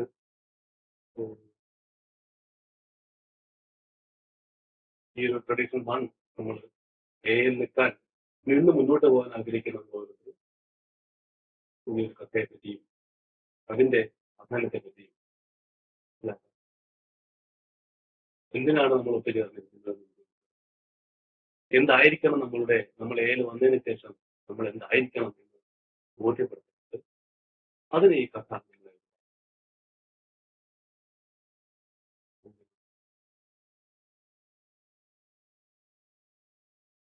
അതില് ആ ഒരു കാര്യം പറയുന്നു. അമൃതദാഹത്തിനും അമിത വിശപ്പിന് വിധേയരായി ആരും സ്വാർത്ഥരായില്ല എന്ന് പറയുന്നു. രോഗികളായവരെ മറ്റുള്ളവർ സഹായിച്ചുകൊണ്ടിരുന്നു. ആ ചെങ്ങാടത്തിന്റെ കഥയാണ്. കൊടുങ്കാറ്റിൽ കടലിൽ വീണവരെ മറ്റുള്ളവർ രക്ഷിച്ചുകൊണ്ടിരുന്നു. സ്വന്തം ജീവനിൽ സ്വാർത്ഥരായി ആരും ആരെയും രക്ഷിക്കാതിരുന്നില്ല. ചുരുക്കത്തിൽ സ്വാർത്ഥത കൈവിടിഞ്ഞ നാവികർ ജീവിക്കുവാനായി ഐക്യം സ്ഥാപിച്ചു. അവരുടെ പൊതു നന്മ ജീവിക്കുക അഥവാ സർവൈവ്, അതിജീവിക്കുക എന്നതാണ്. അതിനുവേണ്ടി അവർ പരസ്പരം സഹായിച്ചുകൊണ്ടിരുന്നു. ഇപ്പോൾ ഈ പറഞ്ഞതാണ് ഈ കഥയുടെ ചുരുക്കം. അതിലൂടെ അടങ്ങിയിരിക്കുന്ന മെസ്സേജ്, അതിലെ അദൃശ്യപ്പെടുത്തുന്ന ഒരു കാര്യം എന്ന് പറയുന്നത് ഈ പറഞ്ഞ ഏയിലും ഇത് തന്നെയാണ്. അപ്പോ നമ്മുടെ ഇടയിൽ ഐക്യം ഉണ്ടാവേണ്ടത് നമ്മുടെ പൊതുനന്മ. നമ്മുടെ പൊതുനന്മ എന്നുള്ളത് ജീവിക്കുക എന്നുള്ളതാണ്. നമ്മുടെ ഇടയിലുള്ള പൊതുനന്മ. എന്തിനാണ് നമ്മൾ ഫെലോഷിപ്പിൽ, എന്തിനാണ് നമ്മൾ ഏകാരനായത്? അത് ഇവിടെ ചെയർമാനാണോ പ്രസിഡന്റ് ആവാനോ ഒന്നും അല്ലല്ലോ. പേരെടുക്കാനാണോ? അല്ലല്ലോ. നമ്മള് അല്ലെങ്കിൽ ഇത് മൊത്തം ഒരു ഡിക്റ്റേറ്റർ ആവാനാണോ വന്നത്? അല്ലല്ലോ. അല്ലെങ്കിൽ സ്വന്തം ആശയങ്ങൾ അടിച്ചേൽപ്പിക്കാനാണോ? മറ്റുള്ളവരുടെ തലയിൽ കയറി ഇരുന്നിട്ട് അവരുടെ തലച്ചോറിൽ നിന്ന് പ്രവർത്തിക്കാനാണോ? അല്ലല്ലോ. പിന്നെ എന്തിനാണ് അറ്റ്ലീസ്റ്റ് നമ്മളിവിടെ വന്നത്? ഒറ്റ ചോദ്യം അവരോട് ചോദിച്ചാൽ ഒരു ഉത്തരം കിട്ടും. ജീവിക്കണം, ജീവിക്കുക. ആ ഒരൊറ്റ ഉത്തരം നമുക്ക് കിട്ടുള്ളൂ. അതിനാണ് നമ്മൾ ഓരോരുത്തരും ഇവിടെ വന്നത്. നമ്മൾ ജീവിക്കണമെങ്കിൽ, നമുക്ക് ജീവിക്കണമെങ്കിൽ മറ്റുള്ളവരും ജീവിക്കേണ്ടത്. അപ്പൊ നമ്മുടെ കോമൺ വെൽഫെയർ എന്ന് പറയുന്നത് ജീവിക്കുക അല്ലെങ്കിൽ സർവൈവ് എന്നതാണ്. ഫെലോഷിപ്പ് ഇല്ലെങ്കിൽ പിന്നെ നമ്മളില്ലല്ലോ. ഈ കേൾക്കാൻ എന്റെ കൂട്ടരില്ലെങ്കിൽ ഞാൻ പിന്നെ ആരോട് സംസാരിക്കും? ഞാൻ ആരോട് ഷെയർ ചെയ്യും? ഞാൻ ആരോട് എന്റെ അനുഭവങ്ങൾ പങ്കുവെക്കും? എനിക്ക് ഇവിടെ സ്പോൺസർ കിട്ടും. എനിക്ക് ഒറ്റയ്ക്ക് ഒറ്റയ്ക്ക് നടന്ന് എനിക്ക് ജീവിക്കാൻ പറ്റുമോ? അപ്പോ പരസ്പരം അനുഭവങ്ങൾ പങ്കുവെച്ചുകൊണ്ട്, സഹായിച്ചുകൊണ്ട്, പരസ്പരം സ്പോൺസർഷിപ്പ് ചെയ്തുകൊണ്ട് നമ്മൾ ജീവിക്കുന്നു, കൈകോർത്ത് ജീവിക്കുന്നു. അപ്പൊ നമ്മുടെ ഇടയിൽ ഒരു കോമൺ വെൽഫെയർ ജീവിക്കുക എന്നുള്ളതിന്റെ അതിനു വേണ്ടി, ജീവിക്കുവാൻ വേണ്ടി, അതിജീവിക്കുവാൻ വേണ്ടി നമ്മൾ ഒരു കോമൺ ഒരു പൊതുനന്മയെ നമ്മൾ കണ്ടെത്തും. നമ്മൾ ഐക്യം ഉണ്ടാകുന്നത് നമ്മൾ. അപ്പൊ ഇതാണ് ഈ ഒരു ട്രഡീഷണലിന്റെ ബേസ് എന്ന് പറയുന്നത്. ഇനി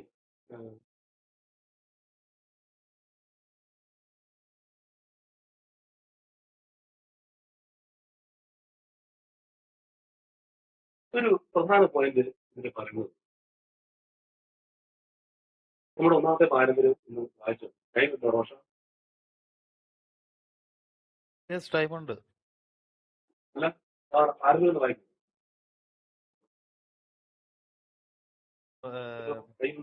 ആദ്യത്തെ ഫസ്റ്റ് അല്ലേ, നമ്മുടെ പൊതുനന്മയാണ് ആദ്യത്തെ ലക്ഷ്യം. എയുടെ ഐക്യത്തെ ആശ്രയിച്ചാണ് വ്യക്തിപരമായ മോചനം. അത് അതിന്റെ ഹൃദയരൂപമാണ്. നമ്മുടെ പൊതുനന്മയാണ് ആദ്യത്തെ ലക്ഷ്യം. എയുടെ ഐക്യത്തെ ആശ്രയിച്ചാണ് വ്യക്തിപരമായത്. ആ വാചകങ്ങൾ ഒന്ന് തിരിച്ചൊപ്പില്ലെങ്കിൽ അതിനകത്ത് ഒളിഞ്ഞിരിക്കുന്ന, അതിനകത്ത് അടക്കി വെച്ചിരിക്കുന്ന ഒരു വലിയ ആശയത്തെ നിത്യം എന്നുള്ളത് വീണ്ടും വീണ്ടും ആ സെന്റൻസിലേക്ക് നോക്കിയതാണ്. നമ്മുടെ പൊതുനന്മയാണ് അതിന്റെ ലക്ഷ്യം. നമ്മുടെ ഐക്യത്തെ ആശ്രയിച്ചാണ് വ്യക്തിപരം. അപ്പൊ ഇവിടെ എയെ പറ്റി, ഇതേപ്പറ്റി കൂടുതൽ ഒരുപാട് പഠനങ്ങളും ചർച്ചകളും പഠനങ്ങളൊക്കെ നമുക്ക് നടന്നിട്ടുണ്ട്. നമ്മുടെ നാട്ടിലും വിദേശ രാജ്യങ്ങളിലൊക്കെ ഇതിനെപ്പറ്റി ഒരുപാട് റീഡിങ് കിട്ടും, ഒരുപാട് വായനകൾ നമുക്ക് ഇതിനെപ്പറ്റി സംഘടിപ്പിക്കാം. അതല്ലേ ഒരു ഒറ്റ പോയിന്റ് മാത്രം ഞാൻ, ഒരുപാട് കാര്യങ്ങളുണ്ട്, ഒരു പോയിന്റ് മാത്രം.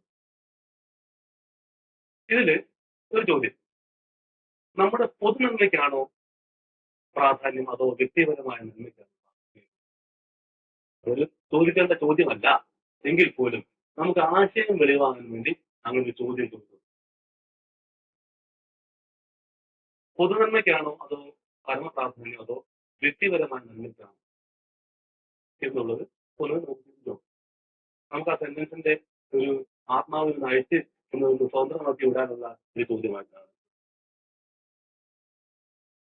എനിക്ക് തോന്നുന്നത്. അവിടെ ബിൽഡപ്പ് ചെയ്യുന്ന മനുഷ്യന്റെ ജീനിയസ് ആണ്, അദ്ദേഹത്തിന്റെ മാജിക് ആണ് ആ വാചകം. ശരിക്കും എന്താണ് ലക്ഷ്യം? ഏത് നന്മയ്ക്കാണ്? വ്യക്തിപരമായ മോചനമാണോ? അതോ വ്യക്തിപരമായ നന്മയ്ക്കാണോ പ്രാധാന്യം? അതോ പൊതു നന്മയ്ക്കാണോ പ്രാധാന്യം? അപ്പൊ അതില് വളരെ വളരെ ഒന്നുകൂടി ഒന്ന് സൂക്ഷിച്ച് നോക്കി കഴിഞ്ഞാൽ എനിക്ക് തോന്നുന്നു പൊതു നന്മ എന്ന് പറയുന്നത് ഒരു പൈലറ്റ് വാഹനം. ഒരു പൈലറ്റ് വാഹനം ഒരു മന്ത്രി പോകുമ്പോൾ അതിന്റെ മുന്നിൽ ഒരു ജീപ്പ് അടിക്കുന്നു, ഒരു പൈലറ്റ് പോലീസ് വണ്ടി ഉണ്ടാവും, രണ്ടാം മൂന്ന് പോലീസ് വണ്ടി VIP ആ ബാക്കിൽ നിന്ന് അല്ലെങ്കിൽ അടുത്തുള്ള ഏതെങ്കിലും വണ്ടി. അപ്പൊ ഇവിടെ കോമൺ വെൽഫെയർ അഥവാ പൊതുനന്മ എന്ന് പറയുന്നത് പൈലറ്റ്. വ്യക്തിപരമായ നന്മയാണ് VIP. അപ്പൊ ഇവിടെ പ്രാധാന്യം കൊടുത്തിരിക്കുന്നത് വ്യക്തിപരമായ നന്മയ്ക്ക് തന്നെയാണ്. വ്യക്തിപരമായ നന്മ ഓരോരുത്തരും രക്ഷപ്പെടുന്നതും ഇതിന്റെ അൾട്ടിമേറ്റ് റിസൾട്ട് എന്താണ്? AA മെമ്പറായി നമ്മൾ ജീവിക്കുന്നതിന്റെ അൾട്ടിമേറ്റ് റിസൾട്ട് വ്യക്തിപരമായ മോചനമാണ്, വ്യക്തിപരമായ നന്മയാണ്. അല്ലേ? ഇതിൽ അംഗങ്ങളാവുന്ന ഓരോരുത്തരുടെയും വ്യക്തിപരമായ റിക്കവറി, വ്യക്തിപരമായ മോചനവും വ്യക്തിപരമായ നന്മയുമാണ് ഇതിന്റെ VIP. പക്ഷേ അത് സാധ്യമാവണമെങ്കിൽ നമ്മുടെ പൊതു നന്മയെ, കോമൺ വെൽഫെയറിനെ നമ്മൾ മുന്നിൽ വിടേണ്ടത്. വ്യക്തി നന്മ സാധ്യമാകണമെങ്കിൽ പൈലറ്റായിട്ട് പൊതു നന്മയെ സ്ഥാപിക്കേണ്ടതുണ്ട്, പൊതു നന്മയെ ലക്ഷ്യമാക്കേണ്ടത്. അത്തരത്തിൽ ഉള്ള ഒരു ആശയമാണ് അദ്ദേഹത്തെ ഫിറ്റ് ചെയ്തിരിക്കുന്നത്. എത്ര ബുദ്ധിപൂർവ്വം ആലോചിച്ചു. പെട്ടെന്ന് സംഭവിച്ച ഒരു അദ്ദേഹം ഞാൻ ആലോചിച്ചത് ഇദ്ദേഹം എത്ര നാൾ അല്ലെങ്കിൽ സുപ്രഭാതത്തിൽ ആലോചിച്ച് വെച്ചതാണോ, അല്ലെങ്കിൽ അദ്ദേഹം എങ്ങനെയാണ് അതിന്റെ അദ്ദേഹത്തിന്റെ ആശയം, എങ്ങനെ അദ്ദേഹത്തിന്റെ മനസ്സിലൂടെ എന്തെല്ലാം ചിന്തകൾ പോയിട്ടുണ്ടോ, അല്ലെങ്കിൽ വെറുതെ ഇത് ചിന്തിച്ചിരിക്കുന്നു. അപ്പൊ എല്ലാവരുടെയും മോചനം വളരെ പ്രാധാന്യമുള്ള കാര്യമാണ്. പക്ഷെ അത് സാധ്യമാകണമെങ്കിൽ ഈ കോമൺ വെൽഫെയർ, ഓരോരുത്തരുടെയും മോചനം, നന്മയും വളരെ പ്രാധാന്യമുള്ള കാര്യമാണ്. എല്ലാവരും നന്നായാൽ മാത്രമേ എല്ലാവരും എല്ലാവരുടെയും നന്മ സംരക്ഷിക്കുന്നതിന് ഒറ്റയ്ക്കൊറ്റയ്ക്ക് പോയി ഗോൾ അടിക്കാമെന്ന് ഊഹിക്കരുത്. അപ്പൊ ഇത്തരത്തില് ഒരു വാചകത്തിന്റെ ഘടന. പിന്നെ ദീർഘരൂപത്തില് വായിക്കുമ്പോൾ ദീർഘരൂപത്തിലൊരു വാണി. A must continue to live or most of us will surely die.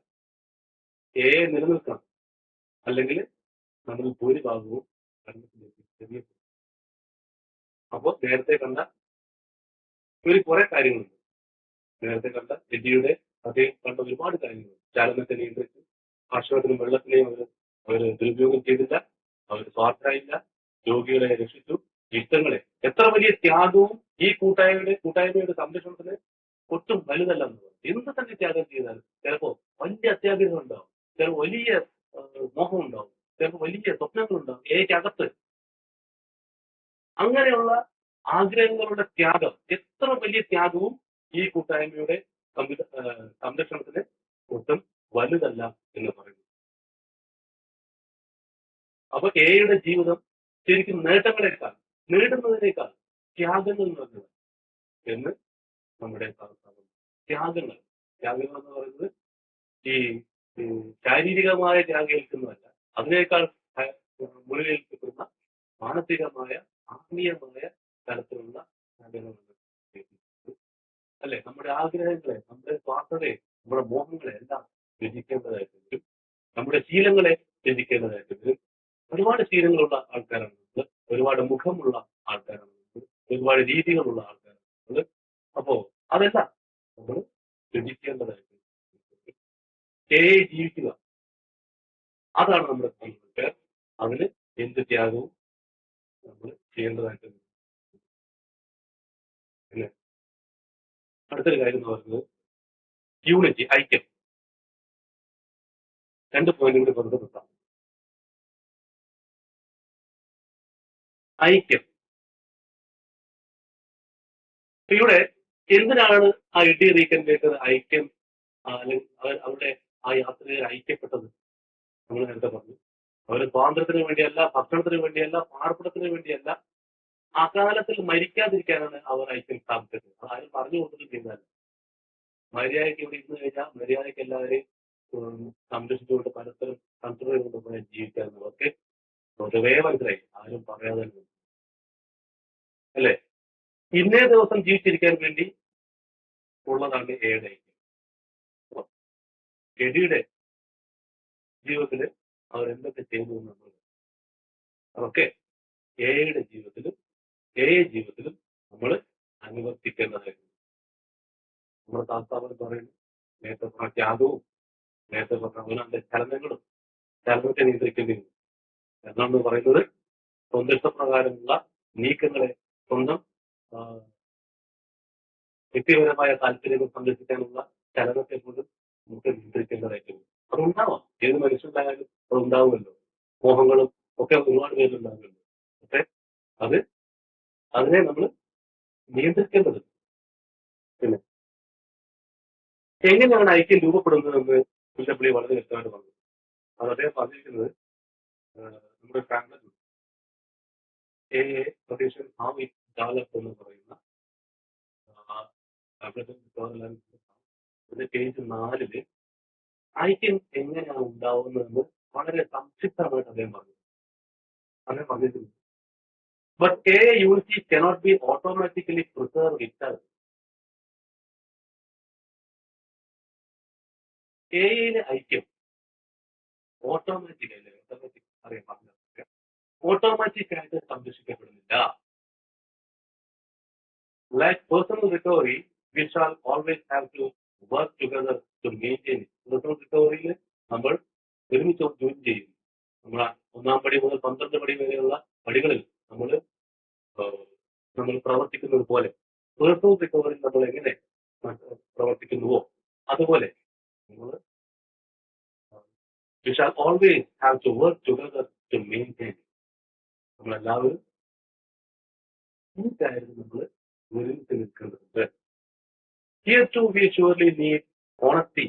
ഇവിടെ നമുക്ക് സത്യസന്ധത വേണ്ടതുണ്ട്, ഹ്യൂമിലിറ്റി വിനയം വേണ്ടതുണ്ട്, ഓപ്പൺ മൈൻഡ്നെസ് അല്ലെ തുറന്ന മനസ്ഥിതി വേണ്ടതുണ്ട്, അൺസെൽഫിഷ്നെസ് നിസ്വാർത്ഥത വേണ്ടതുണ്ട്, ആൻഡ് എബവ് ഓൾ എല്ലാത്തിനും മുകളിൽ വിജിലൻസ് നിതാന്ത ജാഗ്രത. പേജ് 4 അതിന്റെ ഓട്ടോമാറ്റിക് ആയിട്ട് ഐക്യം തന്നെ വന്നോട്ടെ എന്ന മട്ടില് ഇരുന്നാൽ എയിൽ ഐക്യം ഉണ്ടാവുന്നില്ല. ഐക്യം തന്നെ വന്നോളും, എല്ലാം ഐക്യം താനെ വന്നോളും എന്ന രീതിയിൽ നമുക്ക് ഇരിക്കാൻ കഴിയുന്നില്ല. പകരം പേഴ്സണൽ റിക്കവറിയിൽ നമ്മൾ എന്തുമാത്രം നമ്മൾ വർക്ക് ചെയ്യുന്നു. നമ്മൾ 1-ാം പടിയിൽ നമ്മൾ 1-ാം പടി പ്രവർത്തനങ്ങൾ ചെയ്യുന്നു, 2-ാം പടിയിൽ 3-ാം പടിയിൽ 4-ാം പടിയിൽ 5-ാം പടിയിൽ മറ്റൊരാളോടും ദൈവത്തോടും തുറന്നു പറയുന്നു അല്ലെ. തെറ്റുകളെ നമ്മൾ മാറ്റിത്തരാൻ നമ്മൾ പ്രാർത്ഥിക്കുന്നു, നമ്മൾ തയ്യാറാവുന്നു അല്ലെ, പരിഹാരങ്ങൾ ചെയ്യുന്നു അല്ലെ. 10-ൽ വരുമ്പോൾ നമ്മൾ അതാ ദിവസത്തെ വിശകലനങ്ങൾ എടുത്തുകൊണ്ട് പരിഹാരങ്ങൾ ചെയ്യുന്നു. അപ്പൊ ഇങ്ങനെ പേഴ്സണൽ റിക്കവറി നമ്മൾ എന്തെല്ലാം ചെയ്യുന്നുവോ അതുപോലെ തന്നെ നമ്മൾ ഇവിടെയും ഒരുമിച്ച് പ്രവർത്തിക്കേണ്ടതുണ്ട്. ഇവിടെ ഹോണസ്റ്റി വേണം, സത്യസന്ധത ഉണ്ടായിരിക്കേണ്ടതുണ്ട്. എയിൽ നിൽക്കുമ്പോൾ ഞാൻ എന്തായിരിക്കണം, ഒരു എക്കാരനായി ഞാൻ എന്തായിരിക്കണമെന്ന് നമ്മൾ ഈ ഘട്ടത്തിൽ നമ്മൾ തീരുമാനിക്കേണ്ടതുണ്ട്. നമുക്ക് ഒരുപാട് മുഖങ്ങൾ ഉണ്ടാവും, ഇതുവരെ ഒരുപാട് മുഖങ്ങൾ ഉണ്ടാവും.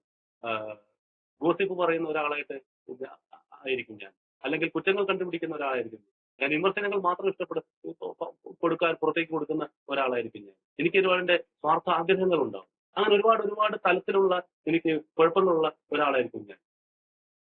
അങ്ങനെയുള്ള ആളാണെങ്കിൽ പോലും എനിക്ക് എയിൽ ഐക്യം നിലനിർത്താൻ വേണ്ടി ഓണസ്റ്റി ഇരിക്കേണ്ടി വരും, സത്യസന്ധത, നിഷ്പക്ഷമായി കാര്യങ്ങളെ വിലയിരുത്താൻ കഴിയുന്ന എനിക്ക് പറ്റും. എല്ലാ കാര്യങ്ങളിലും ഓണസ്റ്റി പുലർത്താൻ എനിക്ക് പറ്റേണ്ടതുണ്ട്. ഹ്യൂമിലിറ്റി വിനയം, ഇതിൽ വന്നിരിക്കുന്ന എല്ലാവരും തുല്യന്മാരാണ്. ഒരാളും ഭേദപ്പെട്ടവരോ വേറൊരാൾ മോശക്കാരനോ അല്ല. അത് മനസ്സിലാക്കിക്കൊണ്ട് എല്ലാവരും ഇവിടെ എത്തിയിരിക്കുന്നത് ഒരേ പർപ്പസ് ആണ്. പറയുന്നത് വ്യത്യസ്തമായ ആശയങ്ങളാണെങ്കിലും പറയുന്നത് എന്തൊക്കെയാണെങ്കിലും എത്തിയിരിക്കുന്നത് ഒരേ ലക്ഷ്യത്തിനാണ്. തുല്യന്മാരാണ്, സമന്മാരാണ്. അവിടെ ആ ഹ്യൂമിലിറ്റി ചിന്തിക്കപ്പെടുന്നത്. ഓപ്പൺ മൈൻഡ്നെസ്, തുറന്ന മനസ്ഥിതി ഉണ്ടായിരിക്കണം. ഇവിടെ ചിലപ്പോൾ സഹോദരൻ സഹോദരിയൊക്കെ വന്നേക്കാം, ഇവിടെ കൂട്ടുകാർ വന്നേക്കാം. ആരൊക്കെ വന്നാലും ശരി ഈ ഒരു കാര്യം നമ്മൾ തുറന്ന മനസ്സിലാക്കാറുണ്ട്. മുന്നോട്ട് പോകേണ്ടതുണ്ട്. ഇവിടെ സുഹൃത്തുക്കളോട് നമുക്ക് അടുപ്പമുണ്ടാകും, സുഹൃത്തുക്കള് വേണ്ടി നമ്മൾ വഴങ്ങി കൊടുക്കുന്നുണ്ടാവും. പക്ഷെ അകത്ത് നമ്മൾ ഓപ്പൺ മൈൻഡഡ് ആണ്.